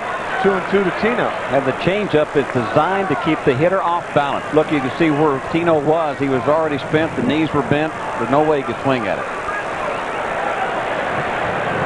Well, that was a great illustration. Exactly what you said. Fastball is high and away, 3-2. Martinez had the stride. The right foot was planted, and then the ball came in. Just not enough guys in baseball today that can blow the ball by the hitters. I'm talking about with fly ball, deep left field. O'Leary over near the wall, and that wind held that ball up. That ball is at least off the wall in most days, however, 2 away. You are absolutely right. With the wind blowing from left field to right field, that ball would have been off the wall. You got to give O'Leary a lot of credit, too, because he played it perfectly. Tino thought he got enough of it any other day, but today that ball would have been high off the green monster in left field. And Tino's going for 2. And then he can't believe O'Leary catches it. Tino, I guarantee you, talk to Tino tomorrow, he'll say that he thought the ball was against the wall. Normally it would be. Here's Michael Coleman. Fastball outside from Crawford.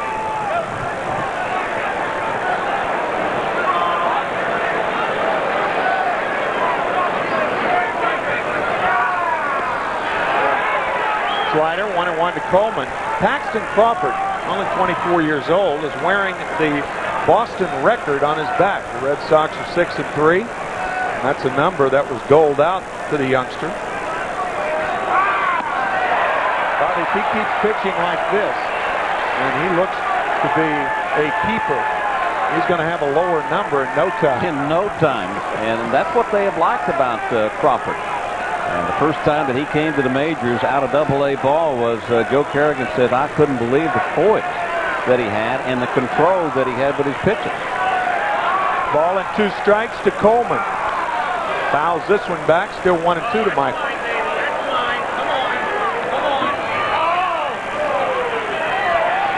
Soriano on deck.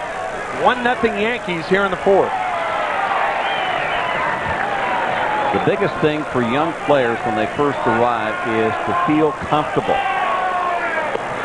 2-2 to Coleman. Some guys have different personalities, so they just a lot of things just don't bother them. In fact, they expected to be here. They wanted to be here. A lot of the guys, when they first arrive on the scenes, it's like headlights into a deer's eye. Still 2-2 to Michael. You'll see guys that come up that have a lot of ability and played well in the minor leagues, and then all of a sudden they're not even playing halfway close to the way they could play simply because they're not comfortable. But when they do finally settle in and realize that they belong here, they usually take off.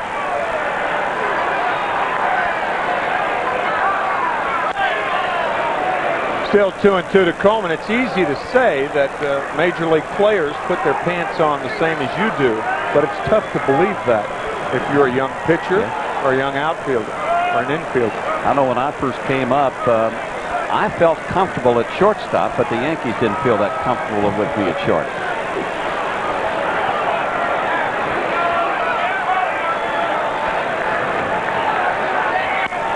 Ground ball towards short. Mike Lansing throws out Michael Coleman as the Yankees, for the first time in this ball game, go in order. However, after 3.5, 1-0, New York.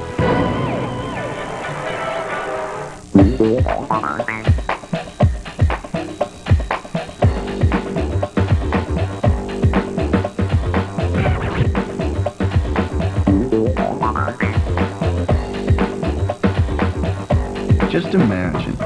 The all-new Civic from Honda is the only car in its class to achieve a 5-star safety rating in every category. Amazing, but true. The all-new Civic, part of the Special Value Collection, now at your Honda dealer.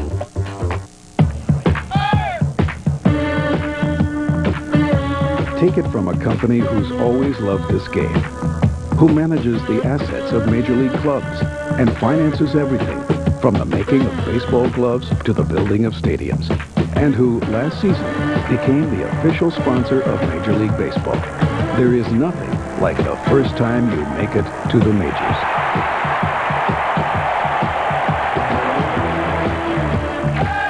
Jerry show is on the air, and everyone's watching. Oh, he's horrible, horrible. What a sellout. Give me that remote. How could anyone not like him? On the next Seinfeld. Tonight at 11 on Fox 5. Performance. Safety. Pick 2. The Lincoln LS, named a best pick by the Insurance Institute for Highway Safety. And Lincoln Navigator, the only full-size luxury SUV with the government's highest double 5-star safety rating. Both with complimentary maintenance from Lincoln. Now lease Lincoln LS for just $429 a month with $35.27 cash due at signing. Performance. Safety. Value. Pick 3. At your Lincoln dealer. Ernest Hemingway was a great baseball fan, and if he were here, perhaps be inspired to write a book called The Sun Also Rises. And it also sets, too, and that's what it's doing here at Fenway Park. And we'll take a look at the Dodge Trivia Quiz of the evening. Which pitcher or catcher have the longest current consecutive starts streak together? I'll rephrase that. Which pitcher-catcher battery have the longest current consecutive starts streak together? Clay Bellinger has entered the ball game and is playing center field. To our knowledge, Michael Coleman, there's nothing wrong with Michael. It's too early to make a defensive shift. We will see. He grounded out too short his last at bat. Knobloch remains in left. And the Yankee lead remains 1-0 here in the bottom of the fourth. It's Troy O'Leary, who lined out to short his first at bat, steps up. Outside and high to O'Leary. Here's Coleman running that ball out. We'll have that after this pitch to O'Leary. And there's a strike, 1-1 to O'Leary. Well, he's right there. Oops, he pulled up. That is a clear sign that something happened to the hamstring. Off the glove of Brocious. So O'Leary, with the third Red Sox hit, leads it off here in the fourth inning with a single to left. Well, nice play or effort by Brocious. But Troy O'Leary has been one of the hottest hitters after getting off to that tremendously slow start. Jimmy Williams has stayed a long time with O'Leary. Dante Bichette thought that he should be playing a little bit in the outfield. And even though O'Leary was in that slump, Jimmy Williams had plenty of confidence in him, and he has come through. Scott Hatteberg is the catcher. He singled his first at bat. And he takes strike one. 0-1 to Scott Hatteberg here in the fourth inning. 1-0 Yankees. First to 4. Clemens and Martinez tomorrow. And just think, unless Bernie Williams shows up, his father very sick in Puerto Rico. He is at his dad's bedside. Michael Coleman, the chance of him being hurt. We could see Clay Bellinger in the game tomorrow as Posada takes one off the left forearm. Clearly, Coleman pulled up as if he hurt his hamstring, and it appeared to be the right hamstring. Now, this right here was a glance off of the left, right up against the left elbow of Posada, so he's trying to shake it off. You guys, I'll tell you what, behind the plate, we're talking about injuries. We want to update you on Shane Spencer as he continues his rehab back to the big leagues. He completed his extended spring training yesterday and will join Columbus, the AAA affiliate of the Yankees, this weekend. Well, there's Steve Donahue, the assistant trainer. We don't see Gene Monahan, the head trainer. We certainly don't see Michael Coleman, so they're probably in the clubhouse attending to maybe that pulled hamstring. 0-2 to Hatteberg, and he takes outside and high. 1 ball, 2 strikes. You may remember Shane Spencer and the Yankees were playing the Mets at Shea Stadium last year when Shane hurt that knee. He missed the season. Knee surgery during the offseason. Actually last July, late July. Fly ball center field, easy for Clay Bellinger. First chance, one out here in the fourth inning as O'Leary retreats to first. New York Yankees baseball on Fox 5 is brought to you in part by General Motors, by Continental. Being on time shouldn't be a perk. Continental Airlines. Work hard, fly right. And by the Odyssey minivan from Honda.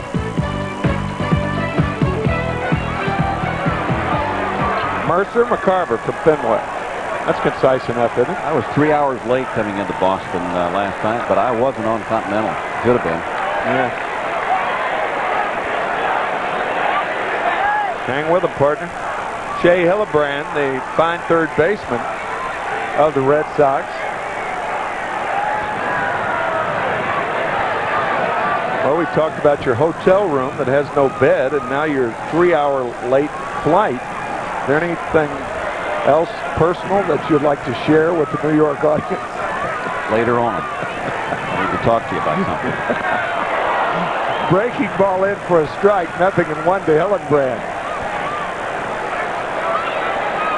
You know, Shea Hillenbrand came up as a catcher in the organization, and he tore his ACL, such as what happened to Shane Spencer with the Yankees. And from that point on, he didn't squat behind home plate anymore.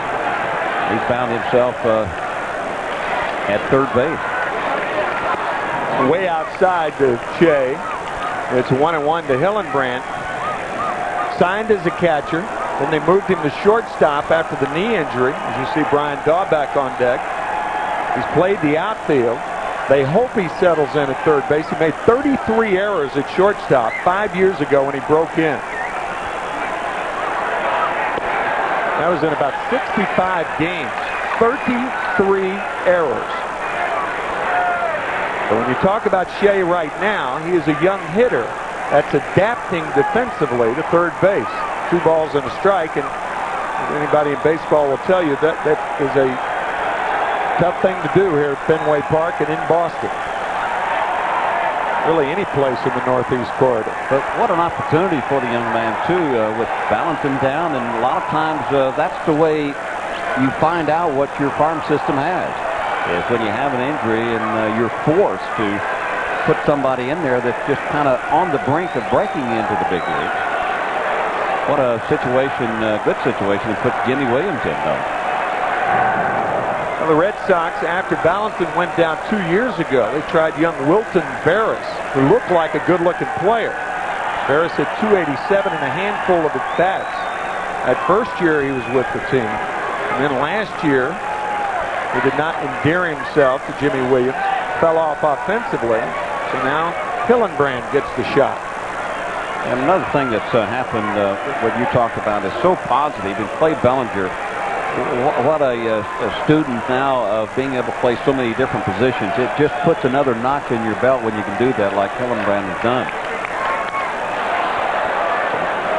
Foul back 2-2 now to Shea Hillenbrand. Our Tri-State Ford scoreboard, obviously Sky Dome, the movable feast, turned into a debacle the other day. That Sky Dome was fixed. Part of the roof fell off, landed in the outfield. No one, thankfully, was hurt. Toronto winning their game against Kansas City 2-1. Still 2-2 to Hillenbrand. You know that Hillenbrand also had a chance to play professional soccer in Europe. Quick feet. Heck of a soccer player. So based on that and the quick feet you're talking about, he should be a pretty good third baseman, I would think. At least with his movement over there and his range.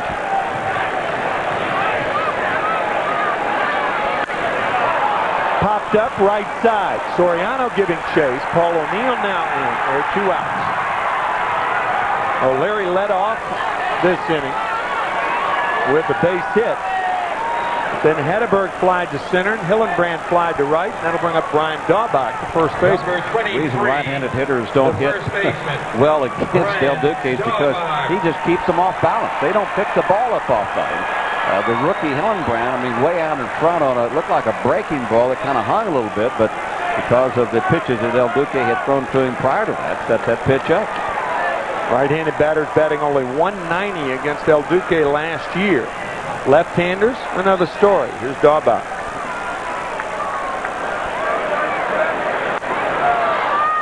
Foul fouls it back, 0-1 to Brian Daubach, who is from the same hometown as Jimmy Connors, Belleville, Illinois.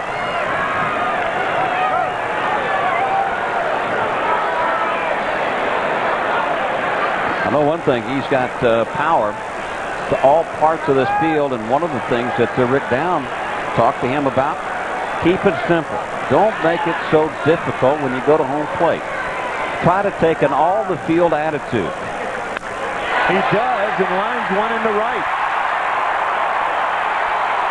O'Leary stops at second base as Daubach singles to right, and that'll bring up Mike Lansing. What I mean by all-the-field attitude, when you're a hitter, don't just think one area. Think all the field. Think about hitting the ball, if it's out over the plate or away, going to left field. Don't try to pull it, but if it's inside like that there, take advantage of that hole between first and second. Yeah, we mentioned earlier how O'Neill has done it this year. Brocious and Martinez using all parts of the field in which to hit. You position yourself to handle any pitch, and that's really what Rick Down and Gary Denbo, the hitting instructors, talk about. Mike Lansing, the shortstop, flied to right his first at bat, and the slider outside and low. Not too many Ted Williamses around. You know, Ted was a dead pull hitter, and they all knew it. And he still made them pay for it. There's Rick Down, the Yankee organization in 1989. Both ball clubs with new hitting instructors.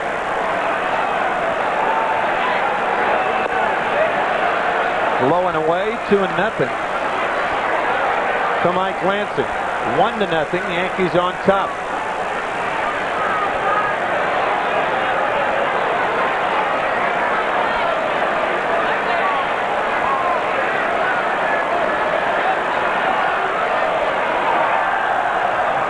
Had a look at Gary Denbo. There's Gary. And there's Mike. 2-0 to Lansing.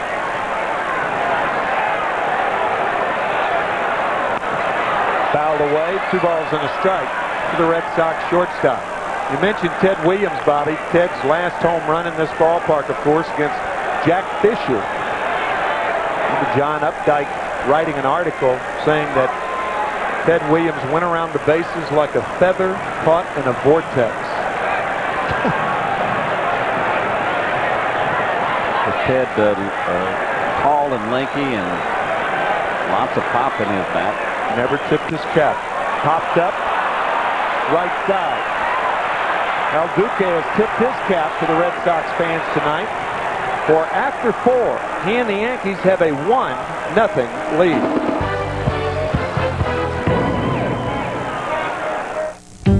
We knew we could save some money by refinancing. But we never realized the possibilities. If you're a homeowner and you call 1-800-CHAMPION, we're going to show you options you've never. 1-0 Yankees here in the top of the 5th inning. We quickly take a look at the Dodge trivia question. Beautiful night here in Boston. Which pitcher-catcher had the longest current consecutive start streak together? Take it, partner.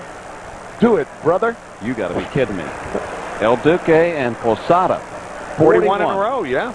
What was your longest? I have no idea. Okay. No, I don't know. Okay. Think about it. No. Well, Soriano ago. Yeah. Soriano leads it off for the Yankees, batting 8th in this lineup. Yankees lead it 1-0. Another well hit ball into right field, but the wind's going to catch up with it, along with Trot Nixon. So 1 gone for the Yankees. Well, there's only one way to stop a thief on the run. Yeah, that's the hard way. What? An all-new Cop Sets tomorrow at 8 o'clock, right here on Fox 5. Well, I'll tell you what, I have all the respect in the world for the policemen and women in this country and for what they have to deal with. Scott Brocious will step in. The Bro man walked his last time up. Well hit in the left field. And O'Leary this time will play it off the wall, and you can see what the Green Monster will do to you. I mean, Brocious line shot in the left field. In fact, if the Green Monster wasn't there, that ball probably would have been out of Yankee Stadium, yet he gets a single out of it. Well, the Green Monster giveth and it taketh away. You're right. That ball is probably a home run. Certainly a double at the stadium, depending on its height. The left fielder. But off the wall, a single for Brocious. And Brocious continues his hitting. That's a 10-game hitting streak now for Scott Brocious. Scott has hit in all 10 games that the Yankees have played. Knobloch steps in. He's 0 for 2.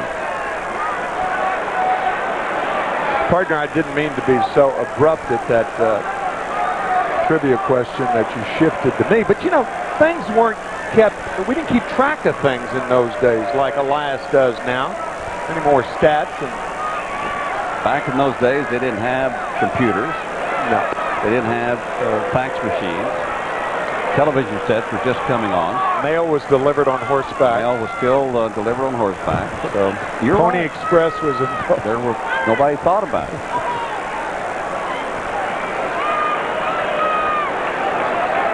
Lindbergh was yet to fly across the Atlantic. Right. The Industrial Revolution was just around the corner. Babe Ruth was still playing for the Red Sox. Civil War had just ended.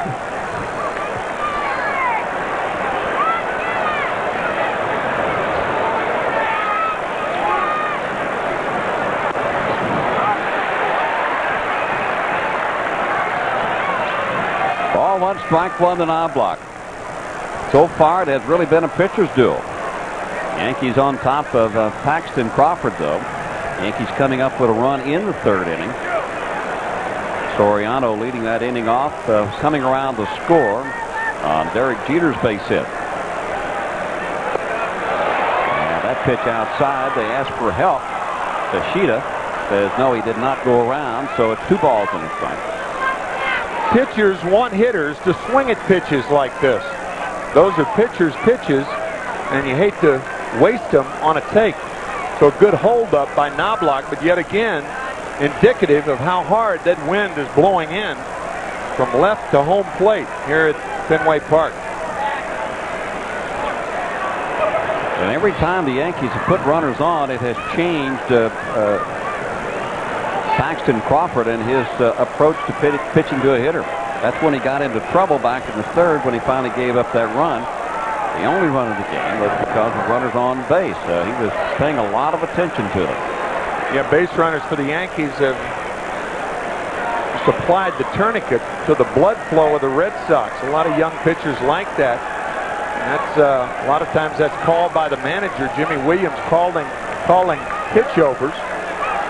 And there goes Brocious, and a hit and run was on. Knobloch fouls it back and out of play. I think Jimmy trying to get an experienced guy like Brocious, but Brocious knows that in a situation like this, you have to make sure the pitcher pitches. Brocious did. The jump of the runner on the hit and run play is not imperative. It's up to the hitter to put the ball in play. I suppose we're right if we say hit and run or run and hit. Basically all the same. Hit on the ground, left side, knocked down by Lansing. No play. The only play is at second, but not in time. An infield hit for Knobloch, and 2 men are on for New York. Well, what a great play by the Red Sox shortstop. Normally a second baseman by trade. He was with the Expos and with the Rockies. Here in Boston, pressed into service, and Brocious beat the play. He was coming up when Offerman caught the ball. So an infield hit for Chuck Knobloch, and the Yankees once again threatened. You know, Lansing, what they write, he was the throw-in in that Rolando Rojo trade with the Colorado Rockies. It sent Brian Rose over there, fine young pitcher, Jeff Fry. 2 men are on, Jeter up. And that's inside. Derek with an RBI single back in the 3rd. So his 4th run batted in. And the Yankees trying to put some more pressure on Paxton Crawford.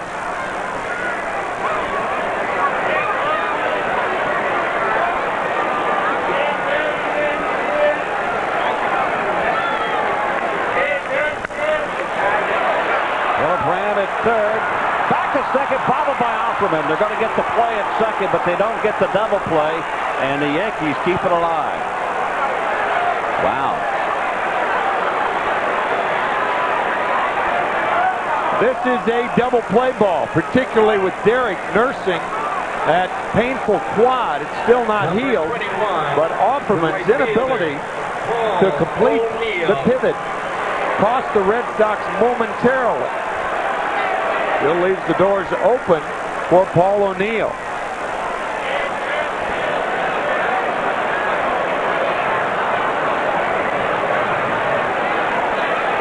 Yankees still alive here in the 5th. Trademark of the Yankees, getting the 4th out in an inning.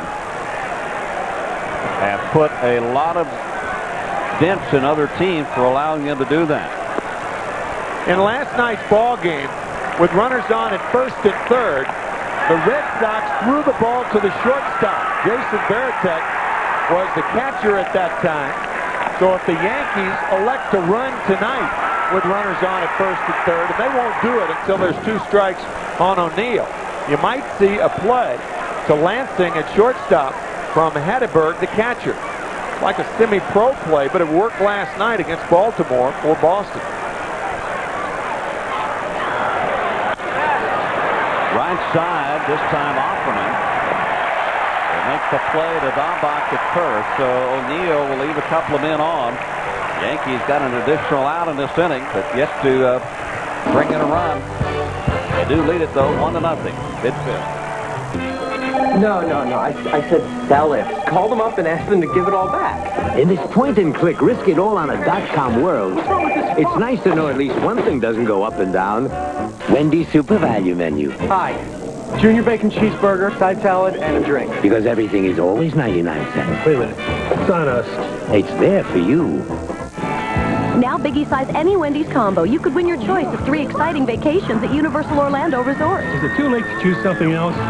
Drew and Mimi, don't touch the troll! That was your mom used to say to your dates? Together, they're bigger than anything. For 800 pounds of trouble. On the Drew Carey Show. Drew it 5 days a week. Monday at 6:30 p.m. on Fox 5.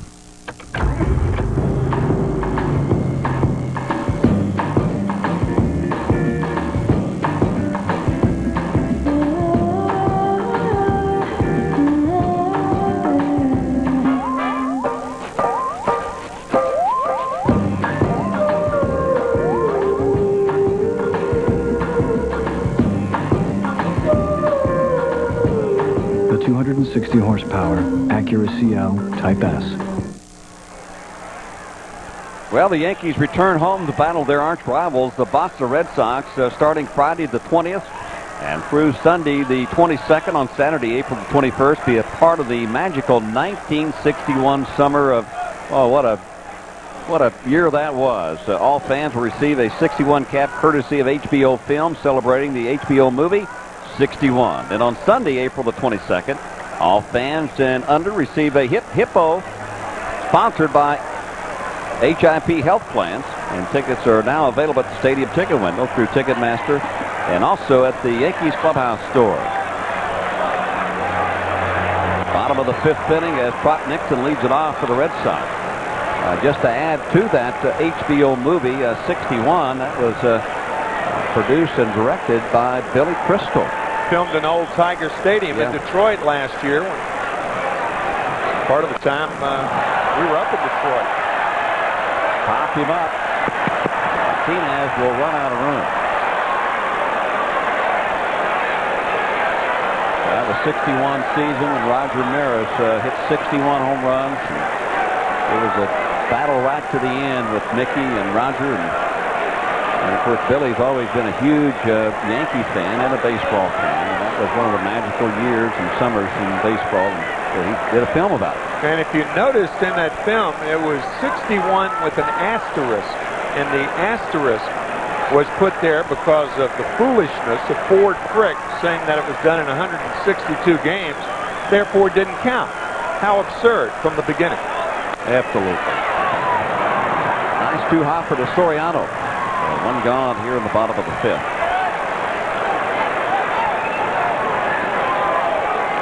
I've seen some pictures of the two actors that play Mantle and Maris, and the resemblance is incredible. I don't know the names. I'm sorry to say I don't know their names right now, but I don't either offhand. But the shot from the rear, with the way Roger used to lean with that left shoulder down, and Mickey's lean with that right shoulder down, is kind of scary. It was incredible.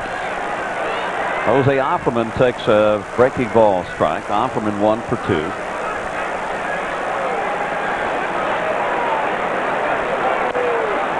Jimmy Williams has stuck both of his switch hitters in this lineup back to back. Offerman 1 and then Carl Everett to follow. Pretty much no nonsense type manager. Jimmy Williams has been, and if there's a problem, first of all, if you go in to talk to Jimmy to try to get any information out of him, you can forget it. He won't say a word, whether it's about good things or about bad things. What goes on in their clubhouse stays in their clubhouse, and he certainly doesn't want to publicly say anything about any of his players. The advantage of a pitcher who could get the breaking ball over behind in the count. You could see how Offerman was sitting on the fastball. He got the curveball and was forced to take it.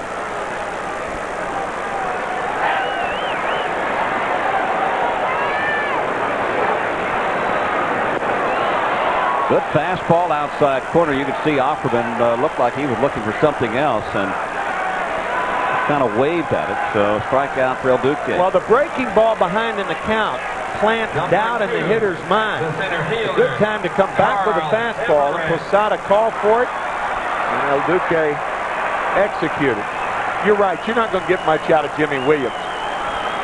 Jimmy is hear no evil, see no evil, speak no evil, even while evil is going on all around him. And one of the evil parts of this ball club has been, publicly known, has been Carl Everett and the problems that he has had with Everett. Missing the bus twice this spring, fined $97,000. Suspended for 10 days last year, running with the umpire right here at Fenway Park on a nationally televised game. You know, it's pretty simple. Everybody has rules and regulations, and you don't show somebody else within a 25-member cast more preferential treatment than you do anybody else. The bus leaves at 5, you're supposed to be on it. Well, if you really want to get right down to it, nobody was more flagrant about breaking rules than Babe Ruth. And here he is, a national icon. And people laugh about it. You can imagine how many buses Babe Ruth missed. Maybe that's where the term rules are made to be broken. Oh, boy. Oh, I hope that didn't break a hand. That caught Everett right on the hand.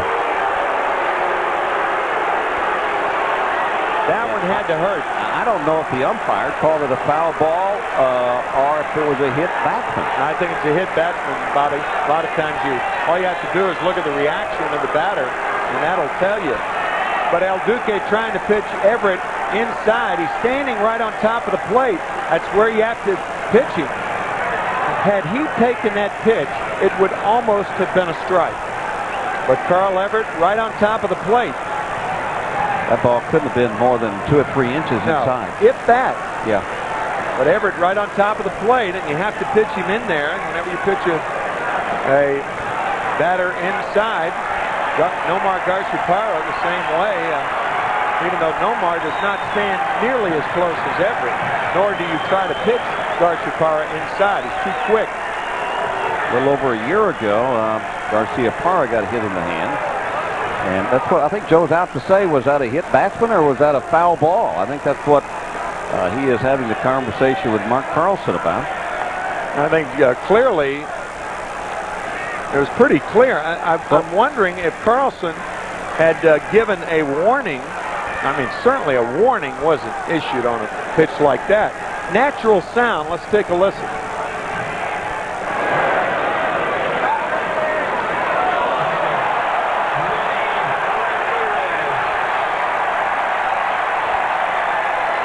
have been a piece of the knob and the hand. That's what I was. That's the reason when I looked at the umpire, I didn't see him make any, pronounced call, and I think that's what Joe was maybe out talking to him about. So now with Everett on, that brings up Manny Ramirez. Manny has struck out his only 2 times up against El Duque. Foul back and out of play. Ramirez has ended 2 innings with strikeouts, both times with runners on base. And the guy that they are counting on to hit in those situations so far tonight has not come through. Give El Duque a lot of credit for working him around that batter's box, striking him out twice. Washington Heights is where Ramirez comes from, or lived there for quite some time. Quite a story and background.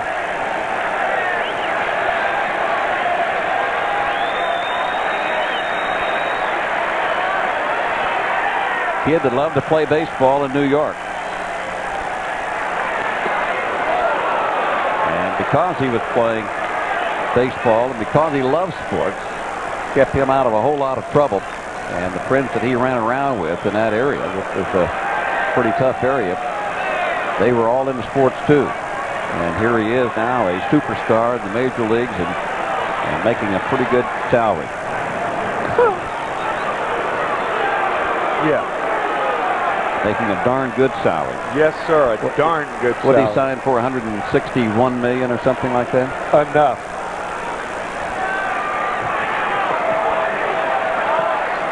That's Tim McCarver type money. Pretty good lead by Everett over at first base, with a couple of men out. And outside and high, ball 2. Well, we mentioned earlier, and in fairness, Bobby, it must be pointed out that Manny Ramirez, when he does play defense in this ballpark, it is an accident waiting to happen. He is, it is not going to be a bed of roses. He's not a good defensive outfielder. And right field in this ballpark, we talked about earlier, is very, very difficult with all its oddities in right field and down the line. Spacious, as we said. Well hit into center field. Bellinger on the run. He'll look up and it's off the wall. Deep center field. Soriano's throw will not be a throw. So this time, Manny Ramirez comes through with an RBI to tie the game up here at the bottom of the 5th with a couple of men out. What a shot off the center field wall.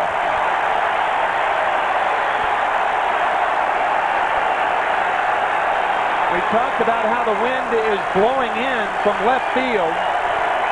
Had this ball not been hit as hard as it was, it would not have hit the wall. Normally that ball's out of there. Carl Everett running all the way. There's no sense in looking at the ball when there are 2 outs.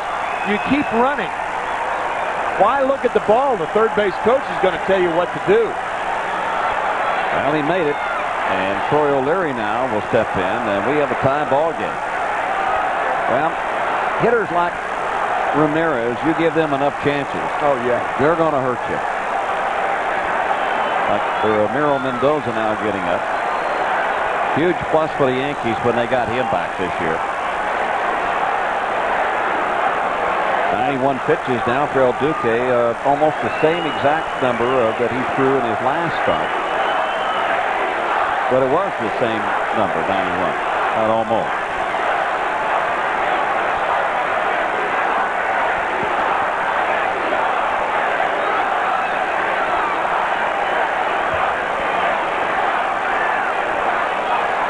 O'Leary is 1 for 2. He's hit the ball hard twice. In right field. O'Neill puts it away, but it was the hit batsman.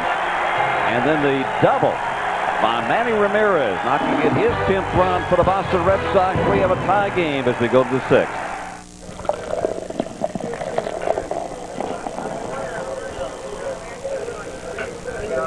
If you want that light beer taste, just add water. Amstel Light, the beer drinker's light beer. The CR-V from Honda. It'll take you to the mountains. It'll take you to the beaches. It'll take you to the desert. It'll take you just about anywhere. But it won't take you to the cleaners. The CR-V, another special value now at your Honda dealer. For a limited time, get special APR financing as low as 3.9% for 36 months on new CR-Vs. What's the pressure? Excellent. BP's 120/80. Pulse? 53. He's a thoroughbred. Lungs clear? Is this kid 18 or 19? No. That's 1918. He's 83. And what did he do? Snowboarding accident.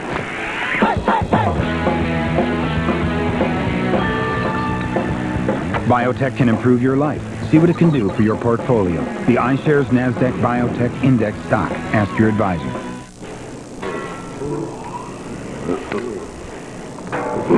Sorry, we're from Amsterdam. We didn't know light beer was supposed to suck. Amstel Light, the beer drinker's light beer. MSG Network, home of New York Yankees baseball.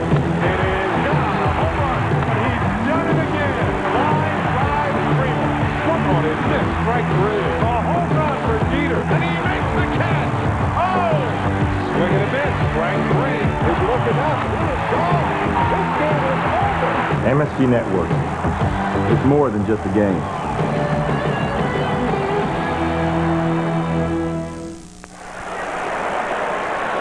Well, pretty much the same here at Fenway. Yankees with 4 hits, Sox with 5. We're all tied up at 1 as David Justice leads it off here in the 6th inning for New York. It'll be Justice, Posada, and Tino Martinez as Mendoza continues to warm up for the Yankees. Paxton Crawford still in. He has been impressive. The Yankees did let him off in the 3rd inning when they had a big inning going, and he pitched his way out of it. That's up high for ball 2, 2-0 now to Justice.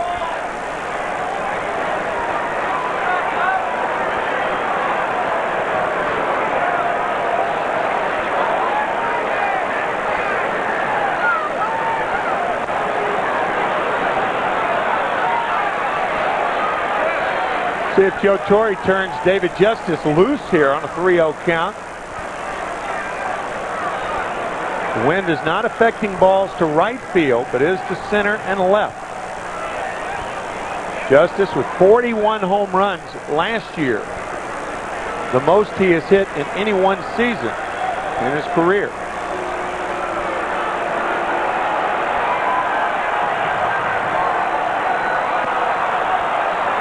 Down low, pretty good pitch, and pretty disciplined by David Justice not to swing at that one, so it's a leadoff walk. Well, every night at 10:30 p.m., MSG Sports Desk delivers the latest sports news, scores, and highlights. You can join host Marv Albert with extensive coverage, interviews, and analysis of all the local teams and much more on MSG Sports Desk nightly at 10:30 on MSG Network. It's more than just a game. Well, that leadoff walk is going to bring the pitching coach, Joe Kerrigan, out to talk to Paxton. And Posada getting up along with Garces, Rich Garces, beginning now to throw for Boston.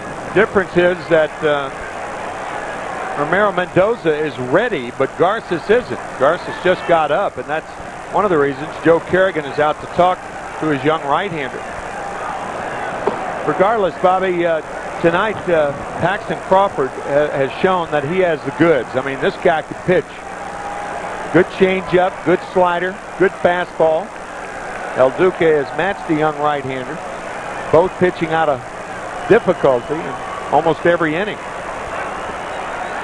Yankees bringing up the right guys. Posada has hit the ball hard twice tonight. He was robbed by a nice play by Dahlbach back in the 4th. Hit it again and past Dahlbach this time into right field.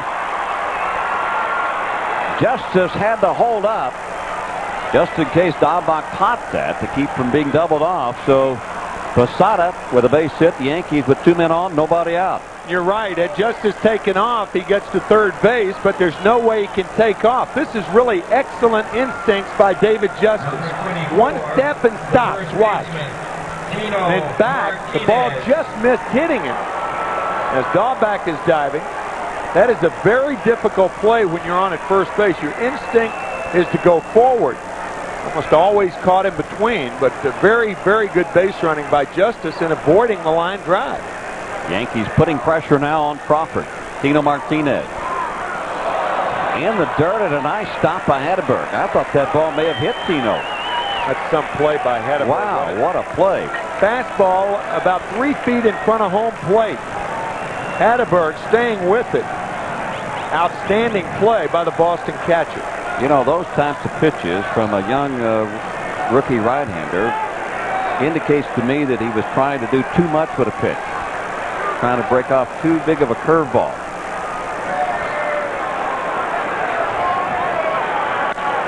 Hit hard, one out. Opperman Lansing for one, back to Dahlback, a double play. Big double play by the Red Sox here in the 6th. A double play ground ball is an odd pitch because the pitcher wants the hitter to hit it hard enough to complete the double play. Tino does, and the Red Sox get it. Sometimes as a hitter, if you don't hit it hard enough, they can't complete the double play. One of the quirky things about this quirky game at times. Yeah. Lansing has played pretty solid at short as Bellinger bats for the first time in this game. He replaced Coleman a couple of innings ago. We suspect that Michael Coleman, who started this game in center field, hurt himself in his last at bat. Bellinger went on. It appeared that maybe Coleman, which we don't have any word right now, we're just merely guessing, maybe it hurt his hamstring.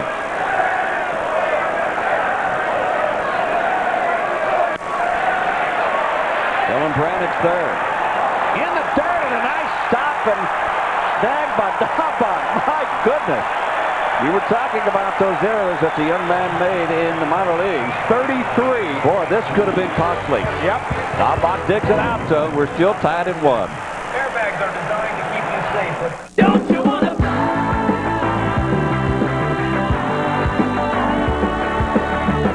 When it's built tough, and it's a whole lot of fun, you can play all day. Anywhere you want. Ford, the most far-reaching sport utilities on Earth and beyond. Get the best-selling Ford Expedition and get 1.9 financing for 60 months or $1,500 cash back. I have a dream that one day this nation will rise up, live out the true meaning of its creed. Before you can inspire, We hold these truths to be self-evident before you can touch, that all men are created equal. you must first connect. And the company that connects more of the world is Alcatel, a leader in communication networks.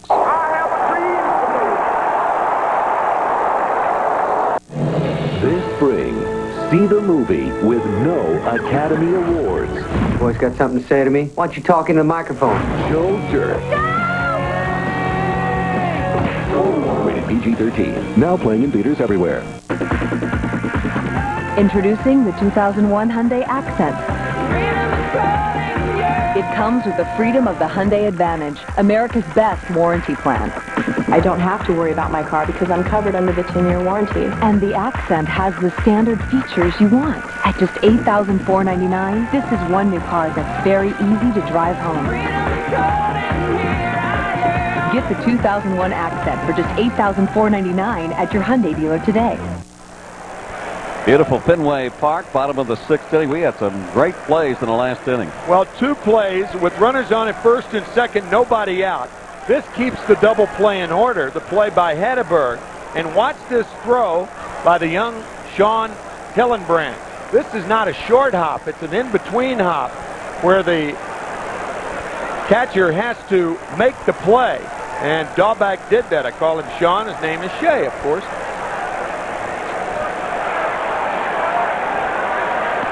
Well, we've got New blood out on the mound for the Yankees. Ramiro Mendoza will come in to face the Red Sox here in the 6th inning.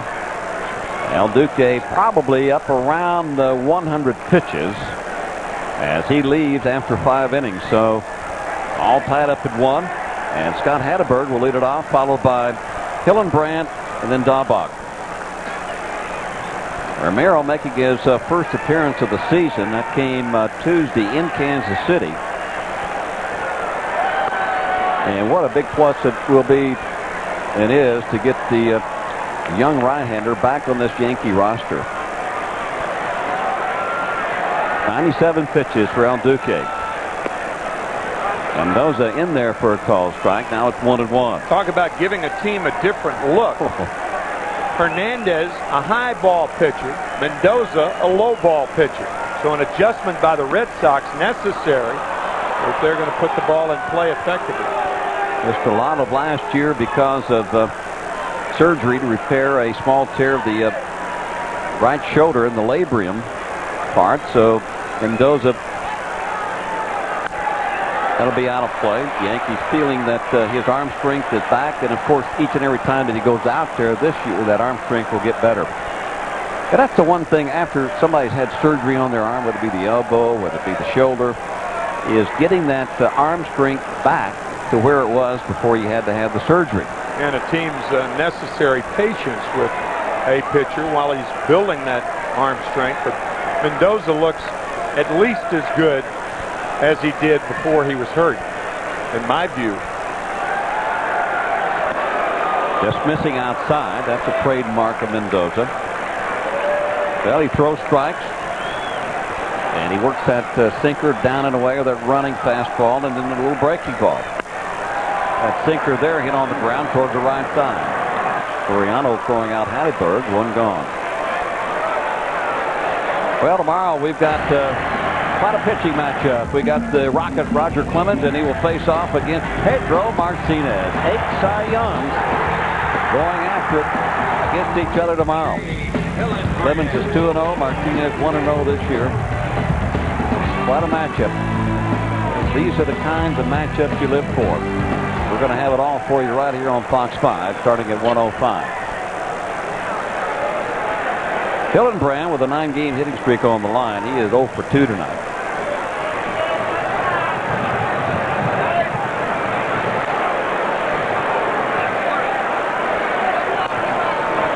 Inside corner, strike 1. Mendoza works quickly.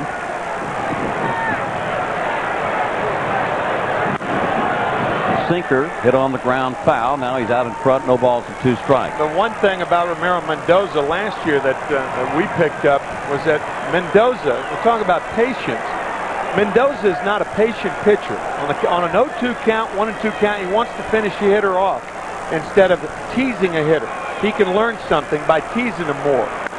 Right down the pipe. Late swinging and fouls it off to the right side. There's no sense in getting a hitter in the hole 0-2 and then pitching him like it's 2-0. And a lot of pitchers are like that. They become impatient and they want to finish them off too early instead of teasing out of the strike zone. Keep in mind that Hillenbrand is a bad ball swinger. So anything out of the zone, possibly swing at.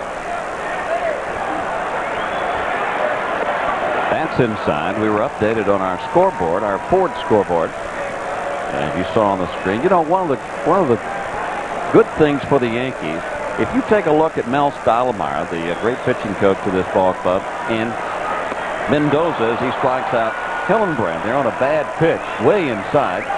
I mean, very typical. So relations and the way they talk with each other, you can see how far it is inside.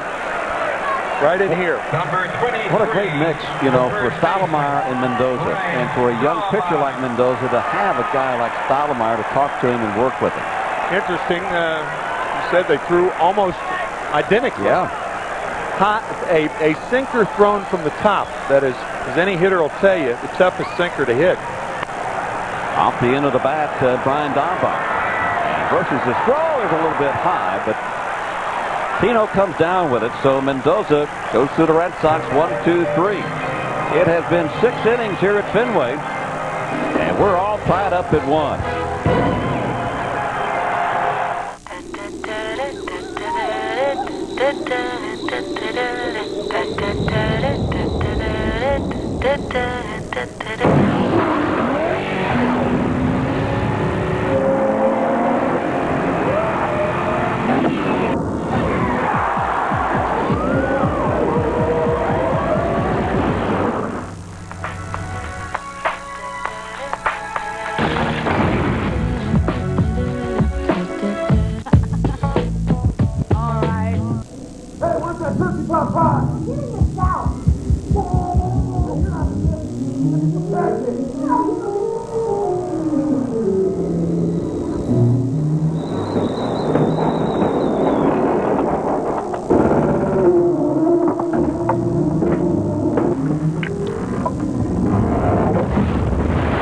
When you're ready to buy a home, we'll help you get a loan. At Washington Mutual, we write our own approval rules. That's the power of yes.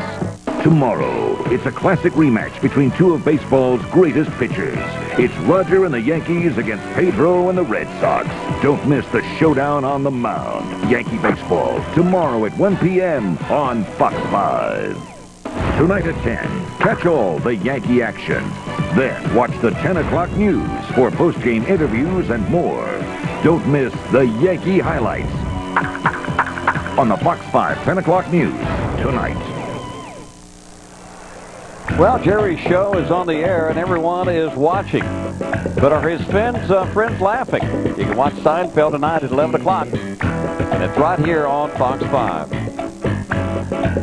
And if you're not laughing right now, when that show comes on, you will be. And nobody is laughing here at Fenway. Anything but a laugher, huh? Anything but one. We're tied at 1, and we all have 5 hits apiece. And Rich Garces now, a new pitcher for the Red Sox. Joe Castiglione, who has done the radio for the Red Sox for a lot of years, leaning over when El Guapo came in the game. El Guapo, literally translated in Spanish, we think means the handsome one. So the handsome one's in there to pitch. Not for his looks, for his fastball. And Soriano sends one high and fairly deep into center field. Everett turned one way and finally catches it out there in that Bermuda Triangle. Good play by Carl Everett. And he ran it down a long ways, 400 feet away. Bobby, we talked about how the ball explodes off Alfonso Soriano's bat. And even against the wind, where the wind had a chance to take this ball and hold it up, Soriano hits it deep into right center, and Everett flags it down. That wind held that ball in the ballpark. Now Scott Brocious takes one outside for ball 1. Well, Rich Garces, 6 foot, 250 pounds is what they have him listed. But he's got a live arm. Got a good foot-fingered fastball and a curveball. He's a lot like Ramiro Mendoza. His fastball is. Doesn't sink quite as much. A little better breaking ball.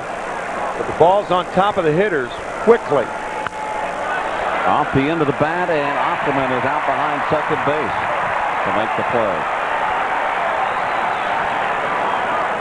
Well, I guess that the bleacher crowd here at Fenway has taken on to Rich Garces, because that's what they were talking about when he came into the ballgame while we were on break, was El Guapo, El Guapo. That's what they were hollering. El Guapo. And that's when Joe enlightened us the fact that it means the handsome one. From Venezuela. And like Mendoza, he's got a rubber arm. He can throw a lot of innings. Knobloch stepping in.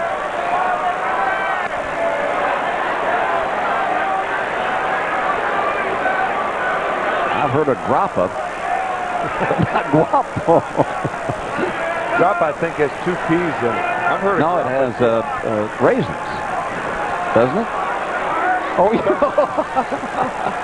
Oh, I am talking boy, about yes, I know. spelling of the word. I just got it.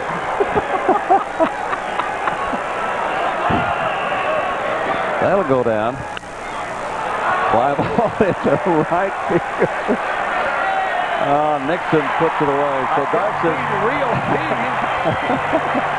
Garces did the same as Mendoza. 1, 2, 3. We're still tied at 1.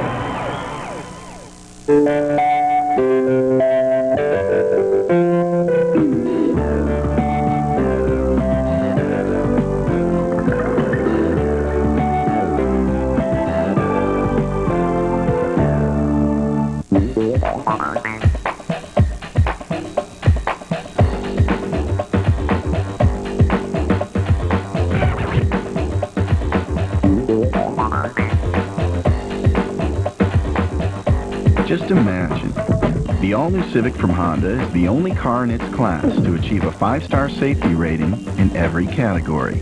Amazing, but true. The all-new Civic, part of the Special Value Collection, now at your Honda dealer. In this bottle of Behringer, a 125-year commitment to making great wine. From the only winery ever to win Wine of the Year for both a Cabernet and a Chardonnay. In this glass, the perfect complement to your own special moments.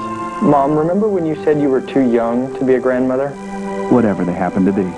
Behringer, all we are in every bottle.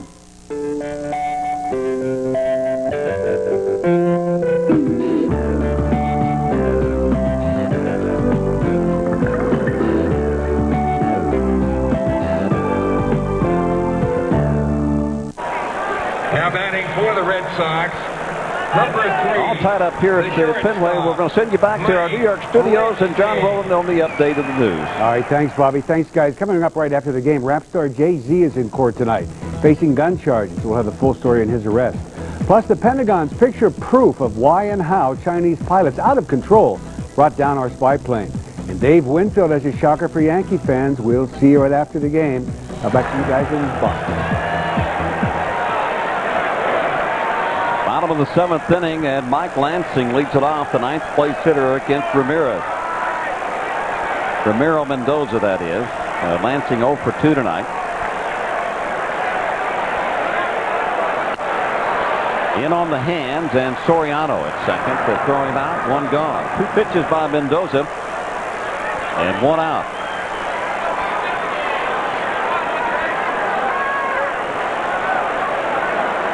Got to bring up Trot Nixon. Number 7, the right fielder. Nixon officially 0 for 2 tonight. He has been to the plate 3 times. He walked back in the 3rd. Timely base hits by both ball clubs that has produced 1 run. And right now we're into the bullpens from the respective clubs. The pitch is up high to Nixon. What Mendoza will do for you, but most of the time Mendoza is not up in the strike zone. He is down, down, down. He works from the knees on down. Popped up to the center field. 2 gone for Boston. Well, let's take a look at our Hyundai 7th game recap. Good pitching by El Duque as Mendoza, Ramiro, and finally Ramirez gets the base hit to tie it up. 2 guys who signed the big contracts this year, Derek Jeter with the base hit, and then Ramirez. Both of them in the same neighborhood as far as salary is concerned. Nice neighborhood, too.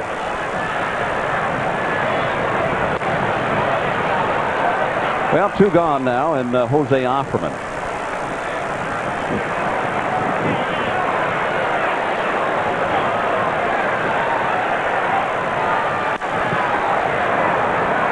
Another easy inning for Mendoza. And the Red Sox have gone 1, 2, 3, so 6 in a row put down by Mendoza. We're still tied at 1 here at Fenway.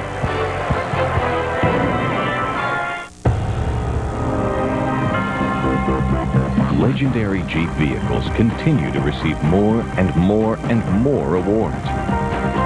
Now it's time to reward you with the Jeep Rewards program.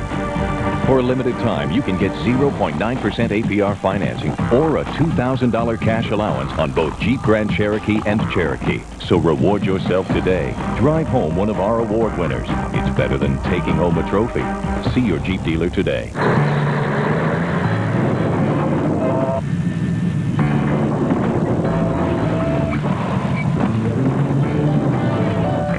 This is your captain speaking. If I could have your attention for a moment, folks, I'd just like to say that American is proud to be the only airline to remove seats throughout coach, so you all can have more room to cross your legs. However, we do kindly request that you not all do it at the same time.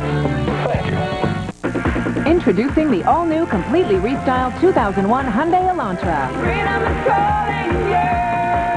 The warranty's the best in America. You feel secure and you know you have someone to rely on. The Elantra comes with the freedom of the Hyundai Advantage, America's best warranty plan, with standard features including air conditioning. All this plus automatic for just $12,799. It all adds up to a great value.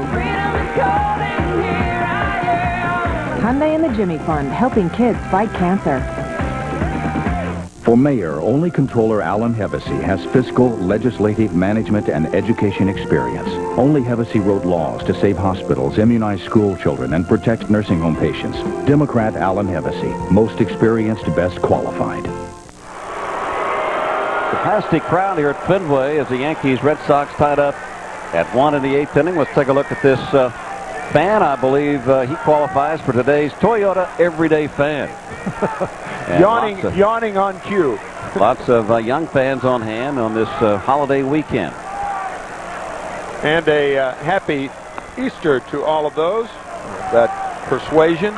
Beautiful weekend. One of the best weekends of the year. And certainly as far as baseball is concerned, the opening weekend between these arch rivals, the Red Sox and the Yankees, and giving you tonight about what you would expect. 1-1 after 7, and Derek Jeter leads it off against the third Boston pitcher, Rob Beck. Rich Garces won an inning. Paxton Crawford with a good, strong game. As you see, the New York fans and Red Sox fans even sitting side by side, Robert. Sometimes you have to do that in the same family. Yeah. Derek, an RBI single. Fouls it off. 0-1 to Derek Jeter. Now, you talked about Mendoza's arm problems. And certainly a long way back from rehab and stuff like that once you get the arm operated on. Well, Rob Beck can certainly empathize with that. Operated on a couple of years ago. Traded as damaged goods from the Chicago Cubs, and here he is with a strong arm. I mean, here's a guy with 51 saves one year with the Cubs. And Jimmy Williams now using him as a setup man, and maybe once in a while use him in that closer's row, but pretty much has gone to Derek Lowe. Fastball for a strike, and you can tell that Beck, his fastball is much better than it has been in recent years. Beck with 51 saves for the Cubs back in '98 as Derek Jeter is jammed right center field. Trot Nixon over. One out here in the 8th inning of a 1-1 ball game.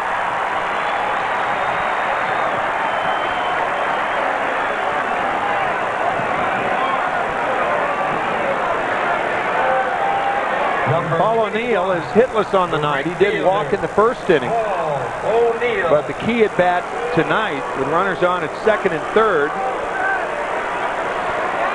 back in the 3rd inning, and only one out, the Yankees with a 1-0 lead.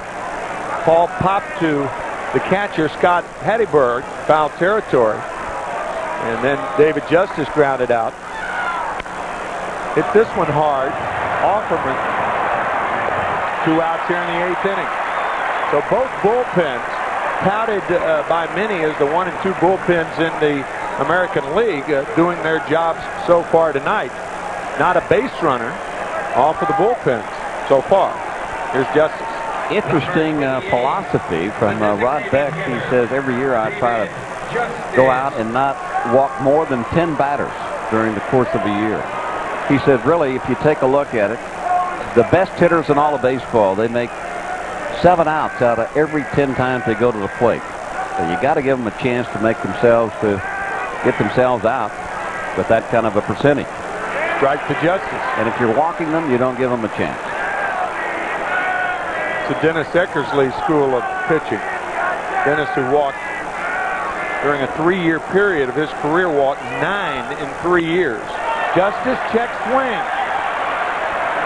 You know what happened? David Justice got himself out as Rob Beck does in the Yankees here in the 8th inning after 7.5 here at Fenway.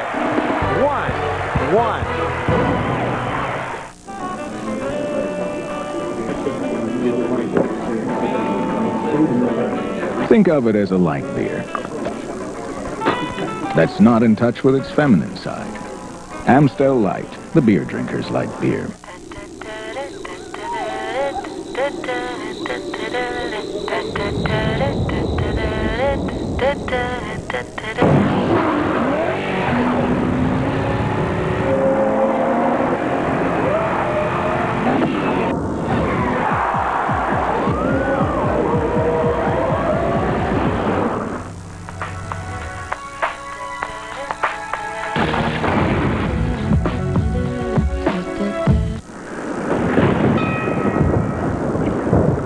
Tell me again, why we didn't call your buddy in Maui? Lost his number, man.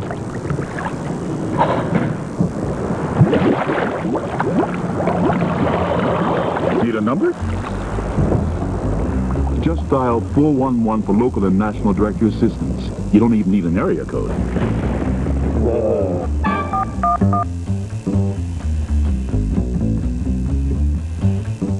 Jerry's show is on the air, and everyone's watching. Oh, he's horrible, horrible. What a sellout. Give me that remote. How could anyone not like him? On the next Seinfeld. Tonight at 11 on Fox 5.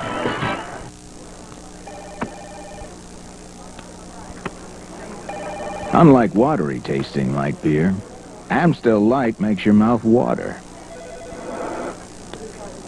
Amstel Light, the beer drinker's light beer. Good ball game here at Fenway, and on Fox Saturday, he was armed and dangerous and only 17. This attempted cop killer has been on the run for years. Watch an all-new America's Most Wanted tomorrow at 9 p.m. right here on Fox 5.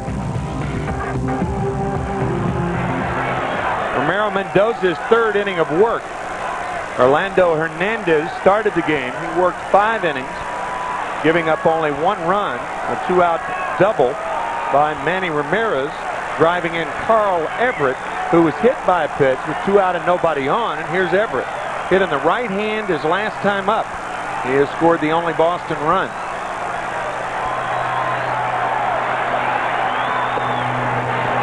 Strike 1 to Everett.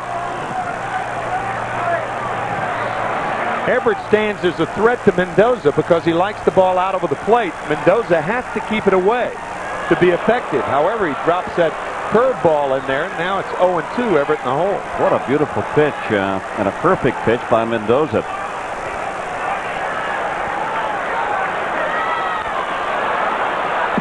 Everett stays alive, barely. Yeah, Mendoza went down in the end that time, but it was right off the shoe tops. Got him to swing at a bad pitch. Luckily, Everett got a piece of it. You can see how low it was.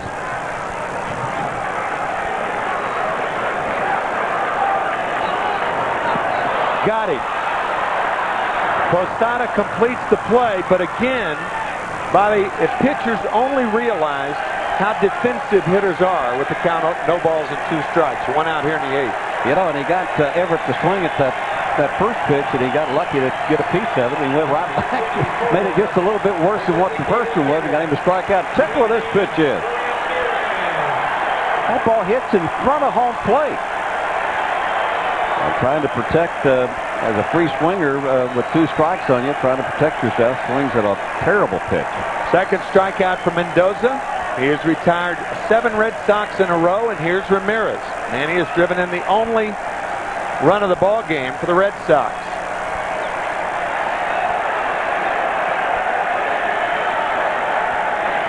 There's the strike. Well, in the 5th inning, Ramirez with a shot off the center field wall. Timely hitting with 2 outs. That scores Everett, and that's where we end up right here. 1-1 tie. Bobby, the interesting thing about this matchup is Mendoza has to keep the ball down to be effective, and Ramirez a very good low ball hitter.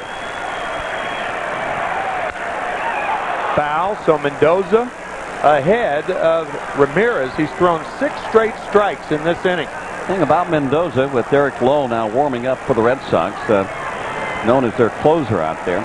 Think about the low pitch from Mendoza. When it starts low, it goes lower, though, because he's got that sink to it. So it's not just a low pitch.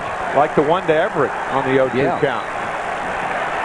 Fastball inside here. And again a strike. Still 0-2.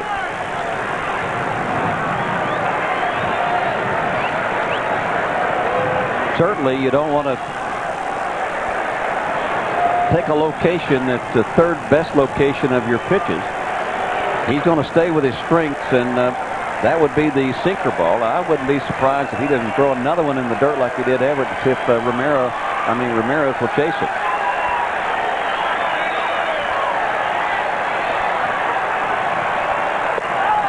He tried to do exactly that, and Ramirez lays off. 1 ball, 2 strikes to Manny Ramirez. Well, it's outside, and Ramirez, you can see how low it is, able to keep the bat back. Do it again. Well, that's the reason we talk about pitchers pitching in front of the hitters. They got so many other weapons that they can deal with when they're doing that. Back inside. And the sinker down. Derek Jeter, an easy play, gets Ramirez 2 outs. Boy, that sinker from Ramirez is lethal tonight. It's nasty, isn't it? Man.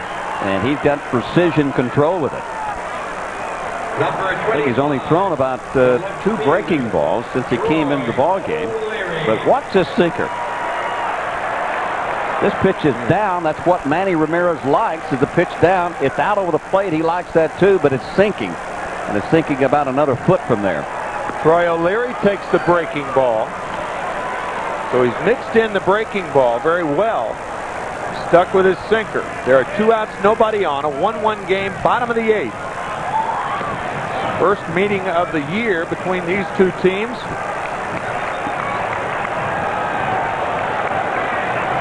In about 16 hours, Roger Clemens tees it up against Pedro Martinez.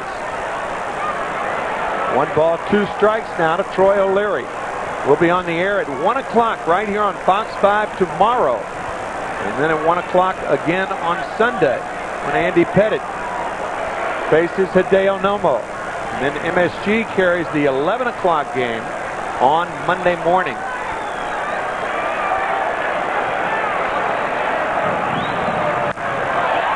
Line drive, and Soriano catches up to it.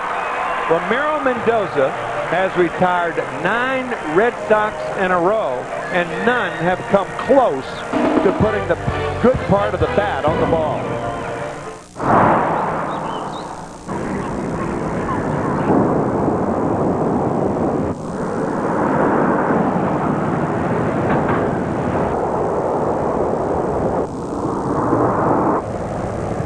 Dad, Yeah? are we there yet? No. Good. With a comfortable interior and a car-like ride, it's beyond a minivan. The Odyssey from Honda. Hold it! Thanks. 21, please.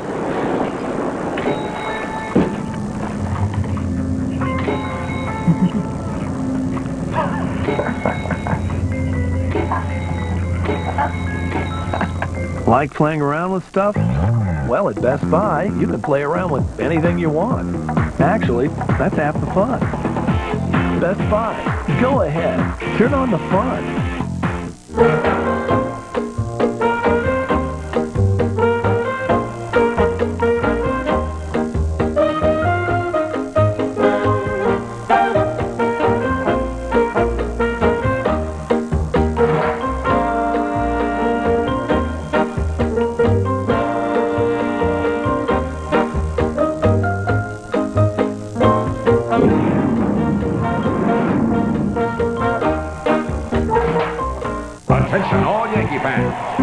Seinfeld starting lineup is short. The New York Yankees! Ruth, Gehrig, DiMaggio, Mantle, Costanza. Seinfeld tonight at 11 p.m. on Fox 5. Neither team has had a base runner against either bullpen. What a game. Let's take a look at our upcoming New York Yankees broadcast schedule. We talked about our games tomorrow and Sunday. We'll be on the air at 1 o'clock, game time 1:05. Monday, MSG's on the air at 11 o'clock. And then the Blue Jays, the Yankees go to Toronto, and MSG will carry the games Tuesday, Wednesday, and Thursday. And then Bobby and I will be back at you next weekend, Friday, Saturday, and Sunday, when the Red Sox come to Yankee Stadium for the first time this year. Rally caps. Well, I guess they're rally caps for both teams. Well, for the first time this year at Fenway, Yankees rally caps are turned around as far as the fans are concerned, and they got a pretty good guy up right now at Posada to get that rally started. Yankees and the Sox had rally caps on. It's 1-1 here in the ninth. Posada 1 for 3, and he takes a fastball from Beck. Outside corner, 0-1 to Jorge.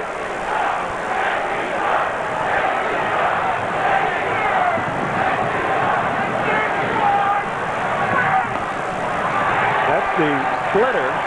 Outside corner. Posada thought it was either low or outside or both.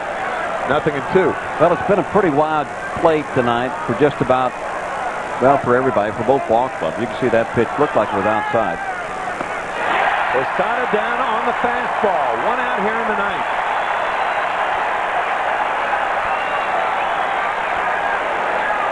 Upstairs, and it looked like a fastball that just exploded in the strike zone. Number 24, the first That high strike again. Martinez. And I think Posada still was thinking about that pitch. The first strike pitch is one that came back and make it 0-2. Maybe. And wasn't ready for that. Tino Martinez now. Tino 0 for 3 on the night.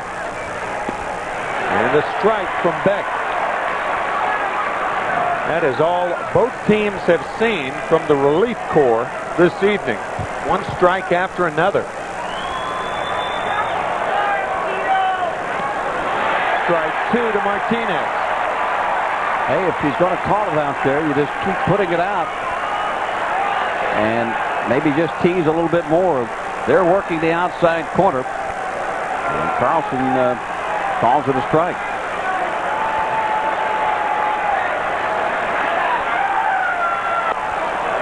There's a ball high. 1 ball, 2 strikes to Tino Martinez.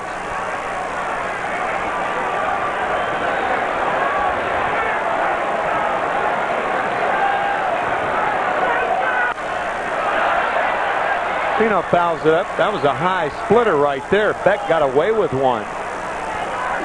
Still 1-2. Same pattern on Martinez as he had on Posada with the 2 strikes. He went up in the strike zone. I think Beck was trying to get the ball a little bit more inside. He got it out over the plate. Tino just missed it.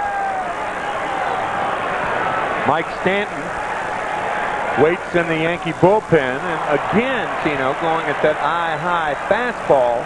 Then, I think that other pitch was a hanging forkball. I don't know for sure, but it appeared to be that. Well, you were right. It was an eye-high fastball. And you can see how hard it is to get on top of it. Remember, they say when the ball's up to the high in the strike zone, you got to, in order to hit it properly, you got to get on top of it. Well, Tino was underneath that one, popped it out of play. Another fastball. Tino late. Well, it's pretty clear that Rob Beck is throwing a lot harder than he has in past years. As we said, the surgery 2 years ago, coming to Boston, couldn't break the pane of glass, but he can tonight. He really didn't have that pop to his fastball last year. No. I remember him pitching. And there's the splitter, and that gets Martinez. There are 2 outs here in the 9th inning, and that'll bring up Clay Bellinger, their center fielder. Boy, the equalizer. Upstairs, upstairs, upstairs with hard stuff, and then you break off that split-fingered fastball. You change the eye level. Instead of looking up, you're looking down. He went from the attic to the wine cellar. Bellinger, who came into the game in place of Michael Coleman, who pulled his right hamstring. And the breaking ball, the Bellinger's in there. Strike one to Clay. We did get word that Michael Coleman left the ball game because of a problem in his right hamstring.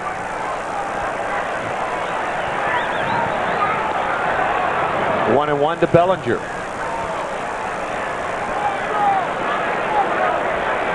So if that's the case, and Bernie is not back here tomorrow, the Yankees are left with Bellinger to play center field.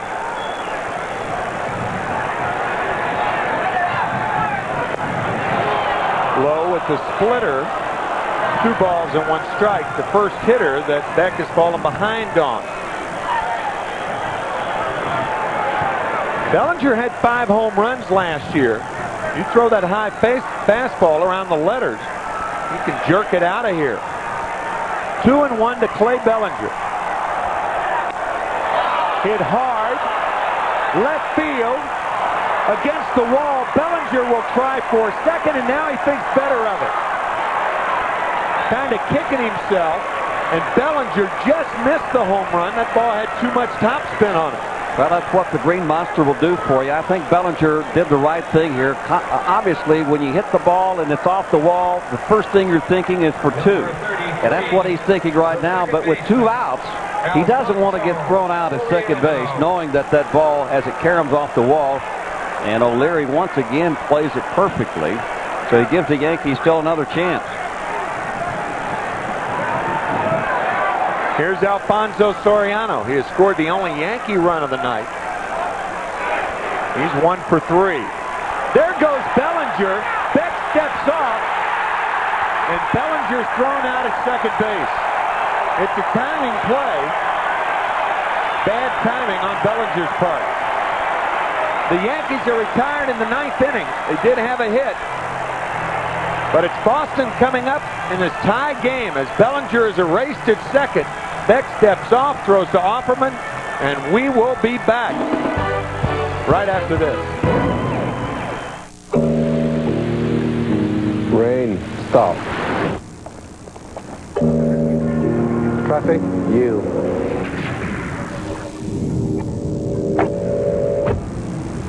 CD, play. Climate control, on. The Infinity Q45 with voice-activated controls. Light, green. The rest of the world should be so accommodating. The new Q from Infinity. This is a very exciting piece. Really? First off, 7. Very popular number. See how beautifully it shines? And notice the bonus. Do you have any idea what it could be worth?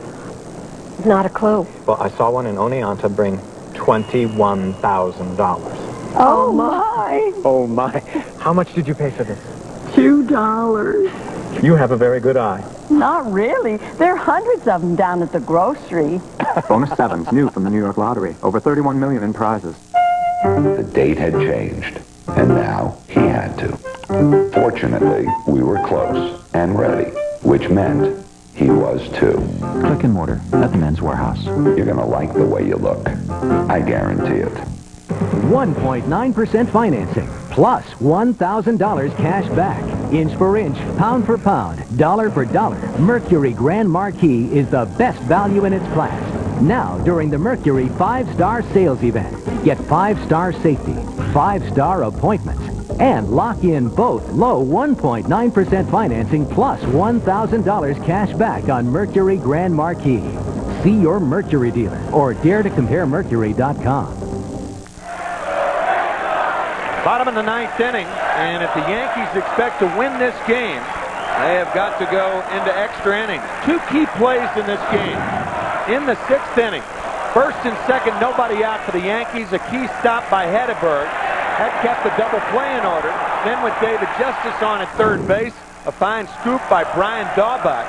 And those 2 defensive plays have been the difference in this game as Stanton comes in. And the Yankees now trying to make the difference in this game out of their bullpen. One of the strengths of this New York ball club, being a World Championship ball club, is the strength, has been the strength of their bullpen. We saw it in Mendoza. They're so happy that he is back. Now Mike Stanton has played such a huge role Stanton's role most of the time is getting out tough left-handers, but he also can get out right-handers. Ramiro Mendoza came in, faced 9 batters, struck out 2. Number 33. Had 4 ground ball outs, 1 harmless fly ball to center, and a looping liner by Troy O'Leary. And here's Jason Varitek to pinch hit for Scott Hatteberg. So it's Varitek against Stanton in this 1-1 game, bottom of the 9th inning at Fenway Park.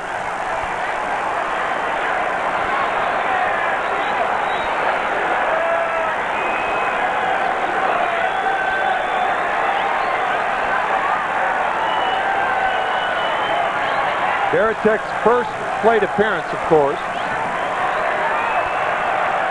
Has never had a hit against Stanton. 0 for 10 lifetime. Ooh, wicked curveball.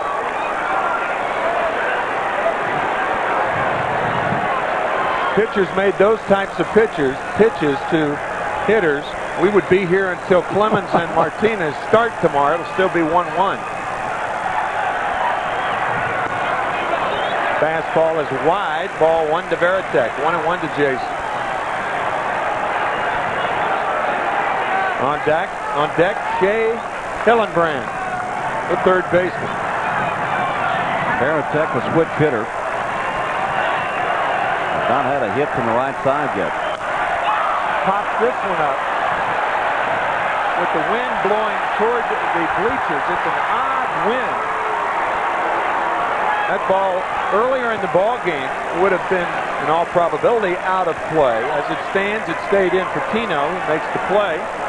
Number 29, the third baseman, Shea Hillenbrand. Wind serving almost to knock the ball down, like it does in golf a lot of times. You think the wind's behind you, but it's not. Early in the season, the wind normally blows from left field to right field. Now, when the summer comes along, the wind sort of shifts, and if you're going to have wind, it blows from right field to left field. Here's Hillenbrand. Just misses inside. Shea 0 for 3 on the night.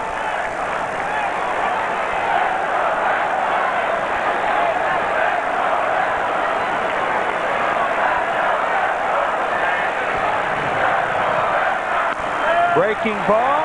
Great play. Martinez to Stanton covering. Tino Martinez off the line to Stanton. 2 outs. Well, we talk about Tino Martinez and the fine play at first base. I think he's the best first baseman in baseball today. I've seen that play made time after time after time, as solid as anybody. And once he makes the great play, he makes a good throw to the pitcher, covering at first base. Watch this throw. He breaks no stride, and he steps on the bag. He is certainly, in my view, the best right-handed throwing first baseman. There are some very good fielding first basemen in the game. Rafael Palmeiro does not have the range that Martinez does at first base. John Olerud does. John, the fine first baseman for Seattle. David Segui, generally acknowledged as an excellent fielding first baseman. J.T. Snow, the San Francisco Giants. I think it's time for Tino Martinez to win a Gold Glove. Tino on the line, or close to the line here, with Brian Daubach, the batter. One thing about Tino is the routine plays are always made. And the occasional spectacular play, the diving play just made on Hillenbrand, you rarely see him messing up a routine play. Low to Daubach, 2-0 to Brian Daubach. Fenway fans and also the Boston Red Sox see why the Yankees have won 4 out of the last 5 World Championships and also the last 3 in a row. Fine defensive play, solid bullpen, solid starting pitching. Very seldom makes mistakes. 11 in a row retired by the Yankee bullpen tonight. 9 by Mendoza, 2 by Stanton. 2 balls, 1 strike to Daubach.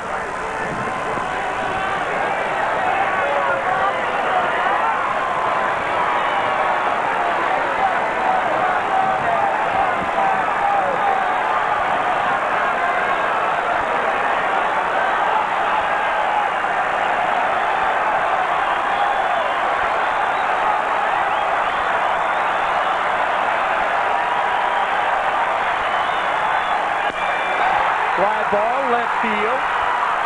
Over is Bellinger. He waves off Knobloch, and another strong inning by the Yankee bullpen. They have retired 12 in a row. And we go to extra innings for the first time this year. 1-1, Yankees, Red Sox.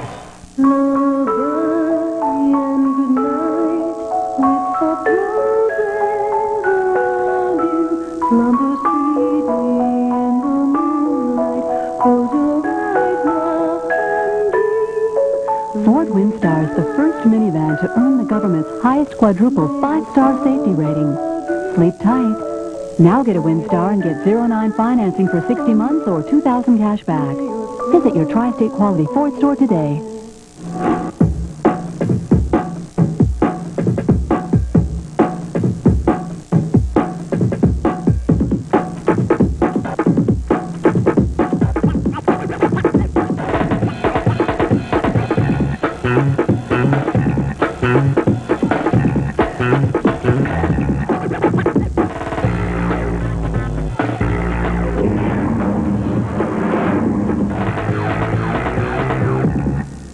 So, for your new Toyota spokesman, we're looking for... Ooh, someone famous. An action guy. Who's this woman?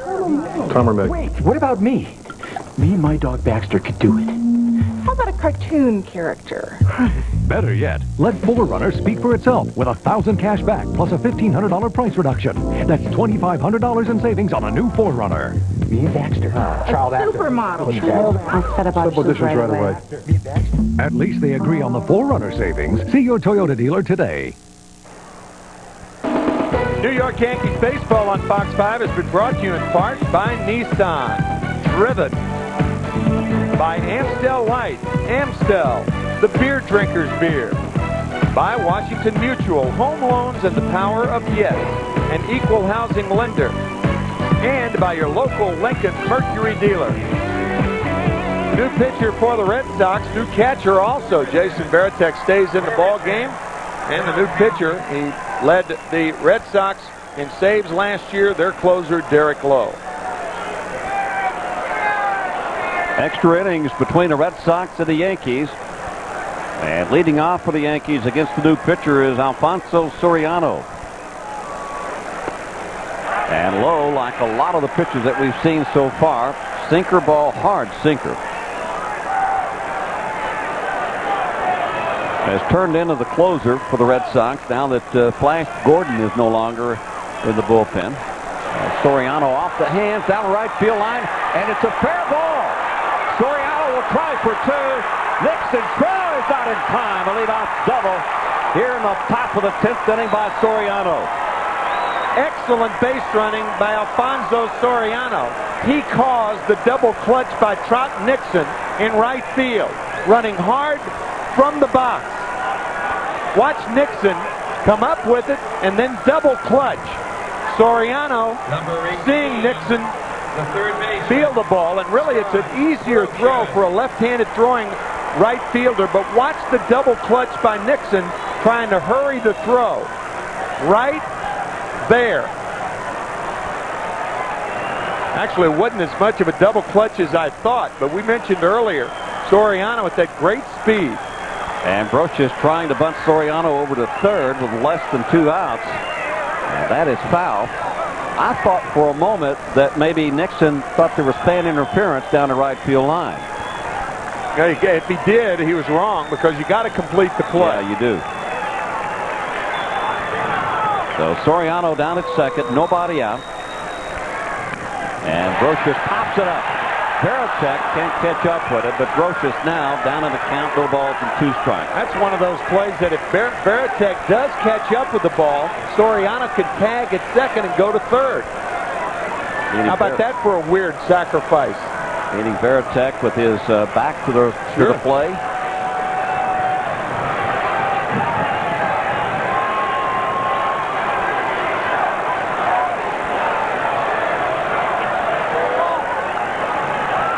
Follow the bouncing ball. That's what Nixon did, but the wide throw at second to get Soriano. Right on the line. That pitch low and outside to Brochus. Now it's a 1-ball, 2-strike count. Now Scott will try to turn the bunt into a ground ball to the right side to move Soriano to third. Any way to get him to third base. Another pitch down low as Lowe tries to entice Brocious to hit that sinker.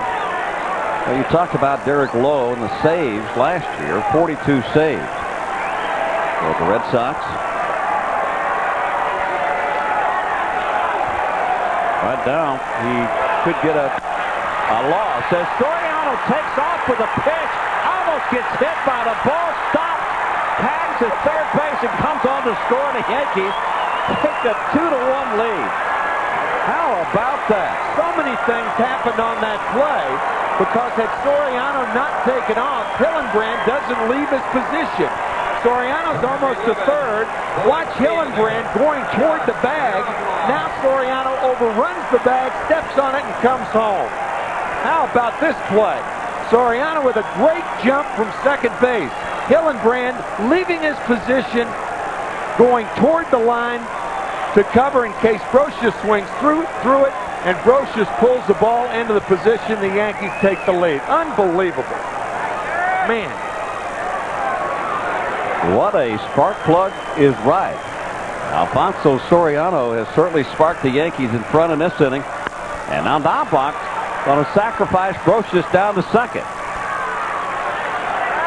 So a nice fundamental play by Knobloch gets Brocious in the scoring position with only one out. The interesting thing about that play is had Soriano not taken off, now naturally there are 2 strikes on Brocious, so he's got to make sure he makes contact. Watch Hillenbrand going toward third. Had he not done that, he throws Brocious out at first base, but Soriano ran past the bag, came back to touch it, and now he walks home for the Yankee lead. First of all, where Soriano was, he was almost on third. Oh, he steals third base. Oh, no easy. I mean, he's on third base for sure. Absolutely. And now Jeter steps in to take a ball down low. But by stealing the base, or trying to steal the base, he moved Hillenbrand out of position. Yeah. Brocious hit it where he was, and Soriano walks home. But we talked about his speed earlier in the ball game. He can run. He ran to second, and then his attempted steal of third cleared the way for Brocious and the Yankees to take the lead. Willie Randolph said early on, he said, don't be surprised if Soriano steals 40 bases for the Yankees someday. Maybe this year. Down low for ball 2 to Jeter. Normally, you wouldn't try stealing third with nobody out, but with the count 1 ball and 2 strikes, Brocious having failed to sacrifice a couple of times, that changes things. And Soriano noticing that Lowe wasn't paying any attention to him down second. He was concentrating on getting Brocious out.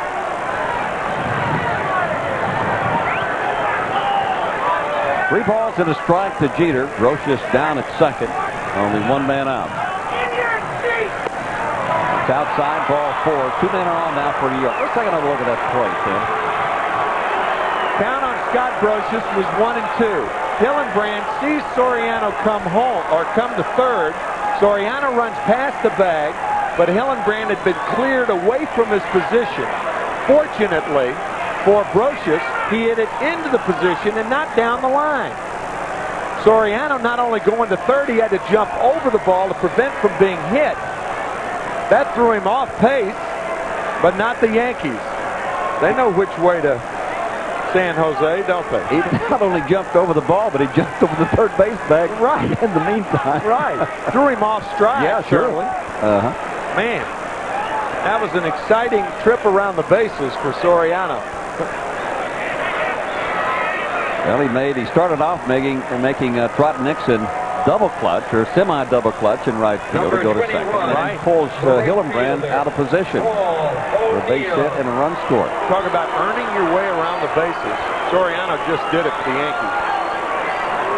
Well, the Yankees want more. And they've got 2 men on, only 1 out, and New York now leads it 2-1 here in the top of the 10th.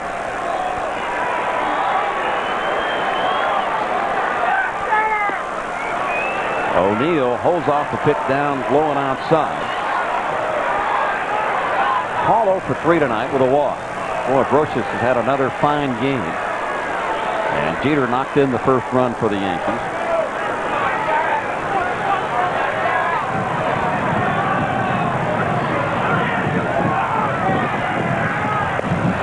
Big swing by O'Neill. This has been a fun ball game. It has. And if this is a prelude to what's going to happen tomorrow, I cannot wait. Good sinker from Derek Lowe. You can see how far that ball goes down. I'll tell you, pitchers on both sides have been nasty tonight, all of them. That's inside. This time it catches the corner. O'Neill takes a look back at Carlson. He's had a pretty wide home plate tonight. But he's been that way for both sides. Yes, he has. Yep, been very consistent. They always say, if you're going to be consistently bad, be consistently bad for everybody. If you're going to be consistently good, be consistently good for everybody. No favoritism. And O'Neill, I don't know how far that was outside. Classic O'Neill swing to stay alive, and he rouses Soho down in the Yankee dugout.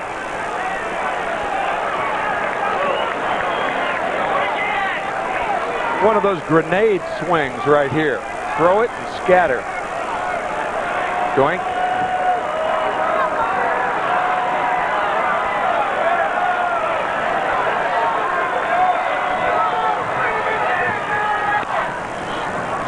In on the hands and pulled foul. O'Neill loves that ball out over the plate.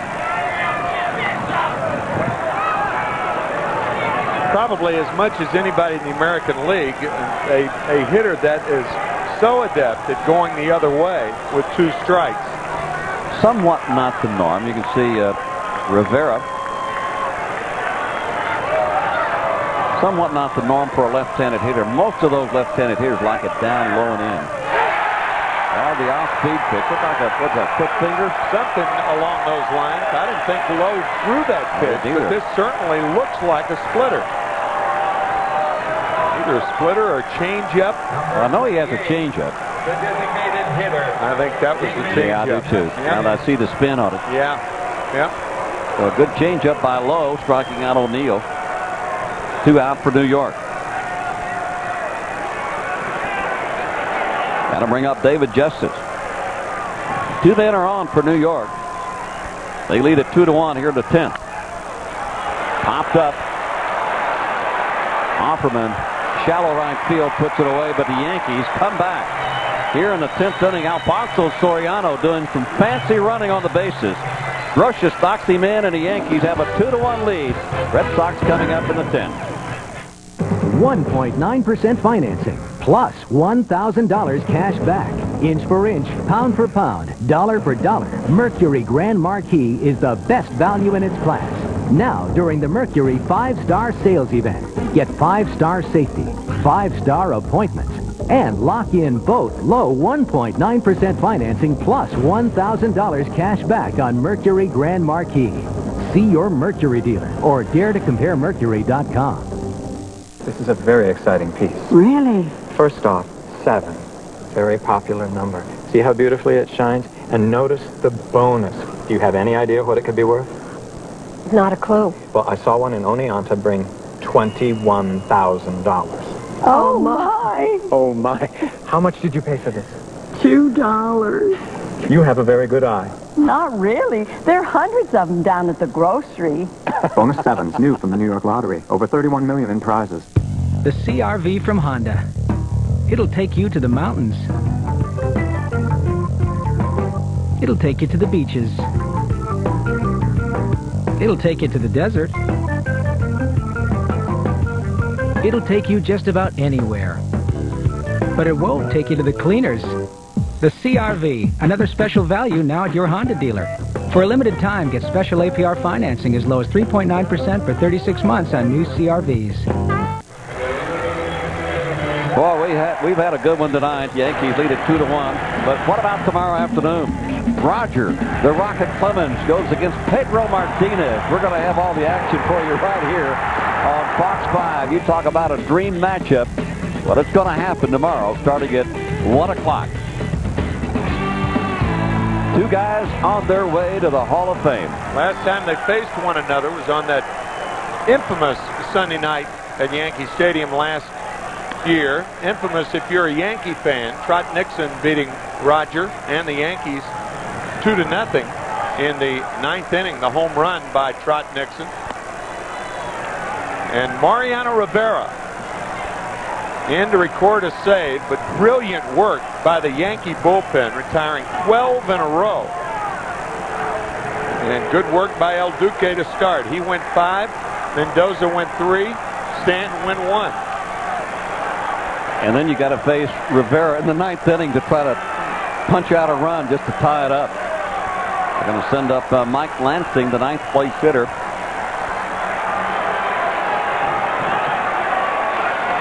Mo with 2 saves on the year. And the first pitch is high and outside.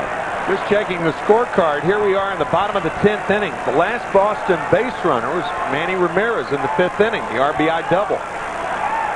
Well, you had Mendoza who came in. Didn't give up a run in 3. Perfect pitch on the outside corner. 1-1 now on Lansing. Stanton came in, pitched an inning. Nobody pitched 2 innings, that is.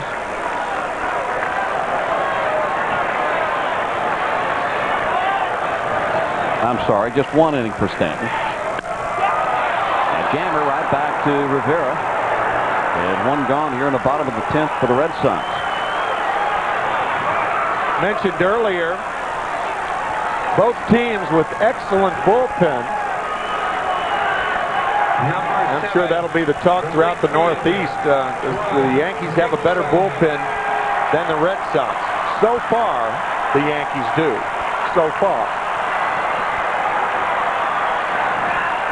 Some question, when the season started, after Nelson left via the free agency market, Trot Nixon standing in, that maybe they wouldn't have the magic with the combination of the Stanton-Nelson type deal, and that would kind of mess everybody up out there. But they forgot about Mendoza, and if he was healthy and what he could do.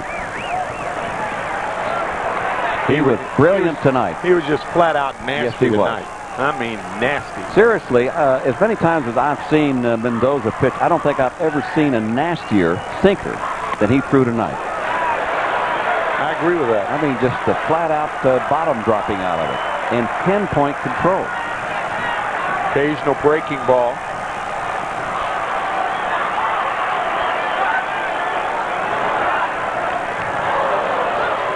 Check swing foul. That's the swing that the left-handers know that's coming, the pitch. That cutter inside, they can't lay off of it, and they can't get the bat head out on it. 0-2, you don't mind a swing like this. 2-0, unforgivable if you're a hitter. Check swing on a 2-0 count. That's not good.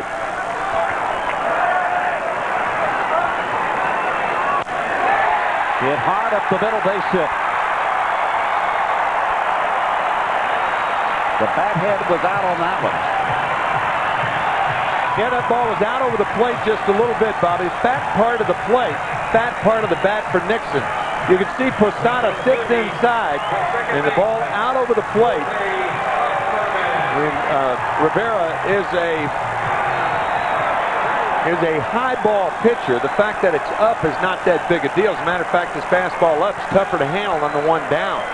That ball out over the plate. Offerman now stepping in. As we have said throughout the game, the Red Sox don't run that much. They only have 1 stolen base, and that's from Carl Everett. Only 2 attempts on the year. Yeah, 2 attempts.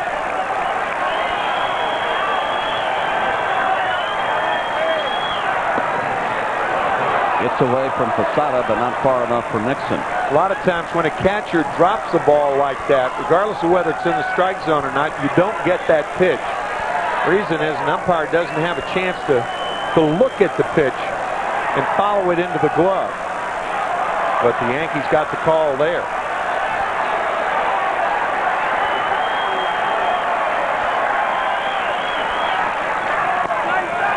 Up high for a ball. Now it's a ball and a strike.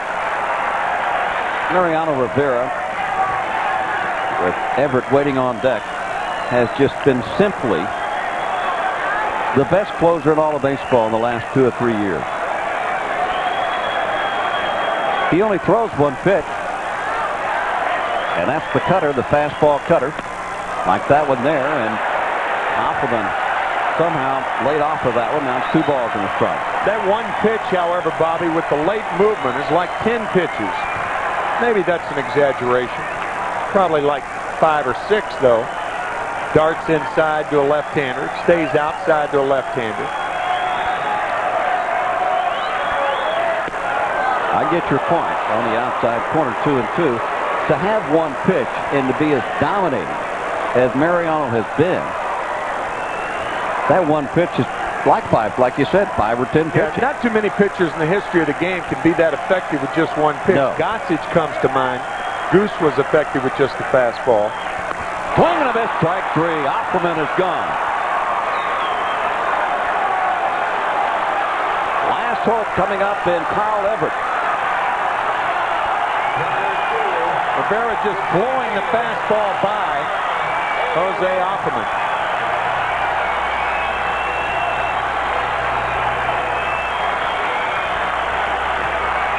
That sign by Lee Mazzilli was telling Chuck Knobloch in left field, a hand behind the head, no doubles. In other words, if you're going to cheat, cheat deep, especially here at Fenway in left field.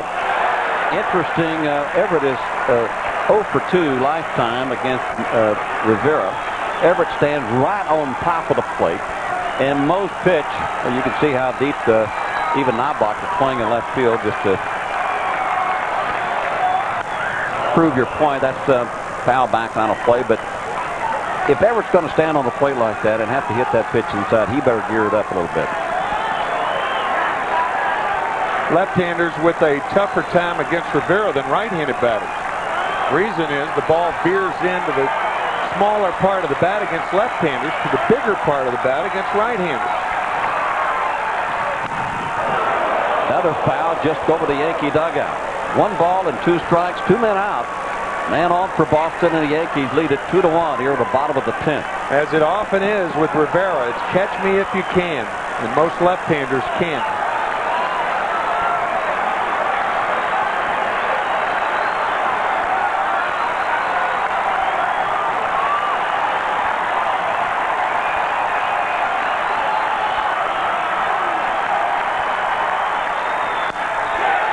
The fist and over the head of Derek Jeter into left field. Now the Red Sox with 2 men on, and could you believe it? In this first game of a 4-game series, in a beautiful game that has been played here at Fenway, Red Sox went out and spent a whole lot of money to bring this guy up in this particular situation. Everett gets the ball out over the plate and gets a hit against Rivera. Manny Ramirez has never had a hit against Mariano Rivera. He's 0 for 12 lifetime.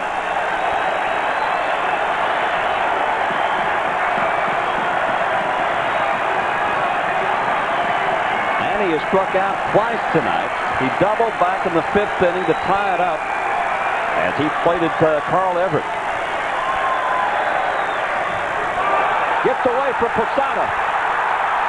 The runners will move up, and now the winning run is at second base. You have a very interesting situation, and that's what Joe Torre and Mel Stottlemyre are talking about right now. Normally, you don't even think about it. You put him on. Yeah. However, this is not normal. So Joe said, Mel, go out and ask him if he wants to walk Ramirez. If you pitch to Ramirez, you've got a little room to manipulate. Even though Troy O'Leary's a free swinger, do you pitch to Manny Ramirez, who's 0 for 12 lifetime, with the winning run on at second base, or do you walk him intentionally and pitch to Troy O'Leary? I think what you do is you try to throw Ramirez high fastballs, and if you walk him, you walk him. O'Leary 1 for 8 lifetime, only a 125 average. You got the guy that has produced as many RBIs as anybody in the American League the last 3 or 4 years at the plate now. They could put him on, but they're going to pitch to him. Winning run down at second. pitch is up high. You throw him a high fastball, Mariano Rivera, that's his strength, and that's Ramirez's weakness. If you walk him, you walk him.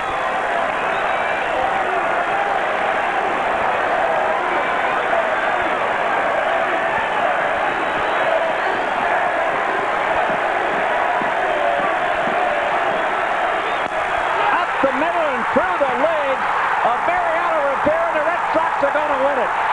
Manny Ramirez gets his first hit against Romero, and it produces big for the Boston Red Sox, and they will take the first game of this 4-game series by the score of 3-2. Clutch hitting by Ramirez once again. I think the original plan was to throw the ball out of the strike zone up. When Rivera fell behind Ramirez, he came down on the 2-0 fastball, and Ramirez doesn't miss many, and tonight drives in all Boston runs as the Red Sox win a thriller here in the bottom of the 10th inning, 3-2. What a tough call. You got the best in the business out on the mound in Rivera. You got the best as far as producing RBIs in the business in Ramirez, only the stats don't add up as the matchup does. As we said, Bobby, he was 0 for 12, and that's the decision that Joe Torre chose, and that's why they elected to pitch to him. That's why Mel Stottlemyre went out there. And you had to say Rivera said, hey, I want to pitch to him. If he swings at the high fastball, you got him. Well, he swung at the low fastball, back through the legs of Mariano Rivera, and that's our General Motors play of the game. How about that ball game? Wow, about that. Well, let's take another look at it. Our General Motors play of the game. Even that pitch, right around the letters. I thought that ball was a little lower than it was. But it was a high fastball. And Ramirez, sometimes you got to give guys credit, and that's one of those situations where you tip your cap. And that's what about half of New England's doing right now to the Red Sox. Well, Manny Ramirez knocked in all 3 runs for the Red Sox tonight, and a glorious win for them. That's the reason that they got him, was to do just what he did tonight. And he was outstanding. So the final score once again in the first extra inning ball game, the Red Sox beat the Yankees 3-2.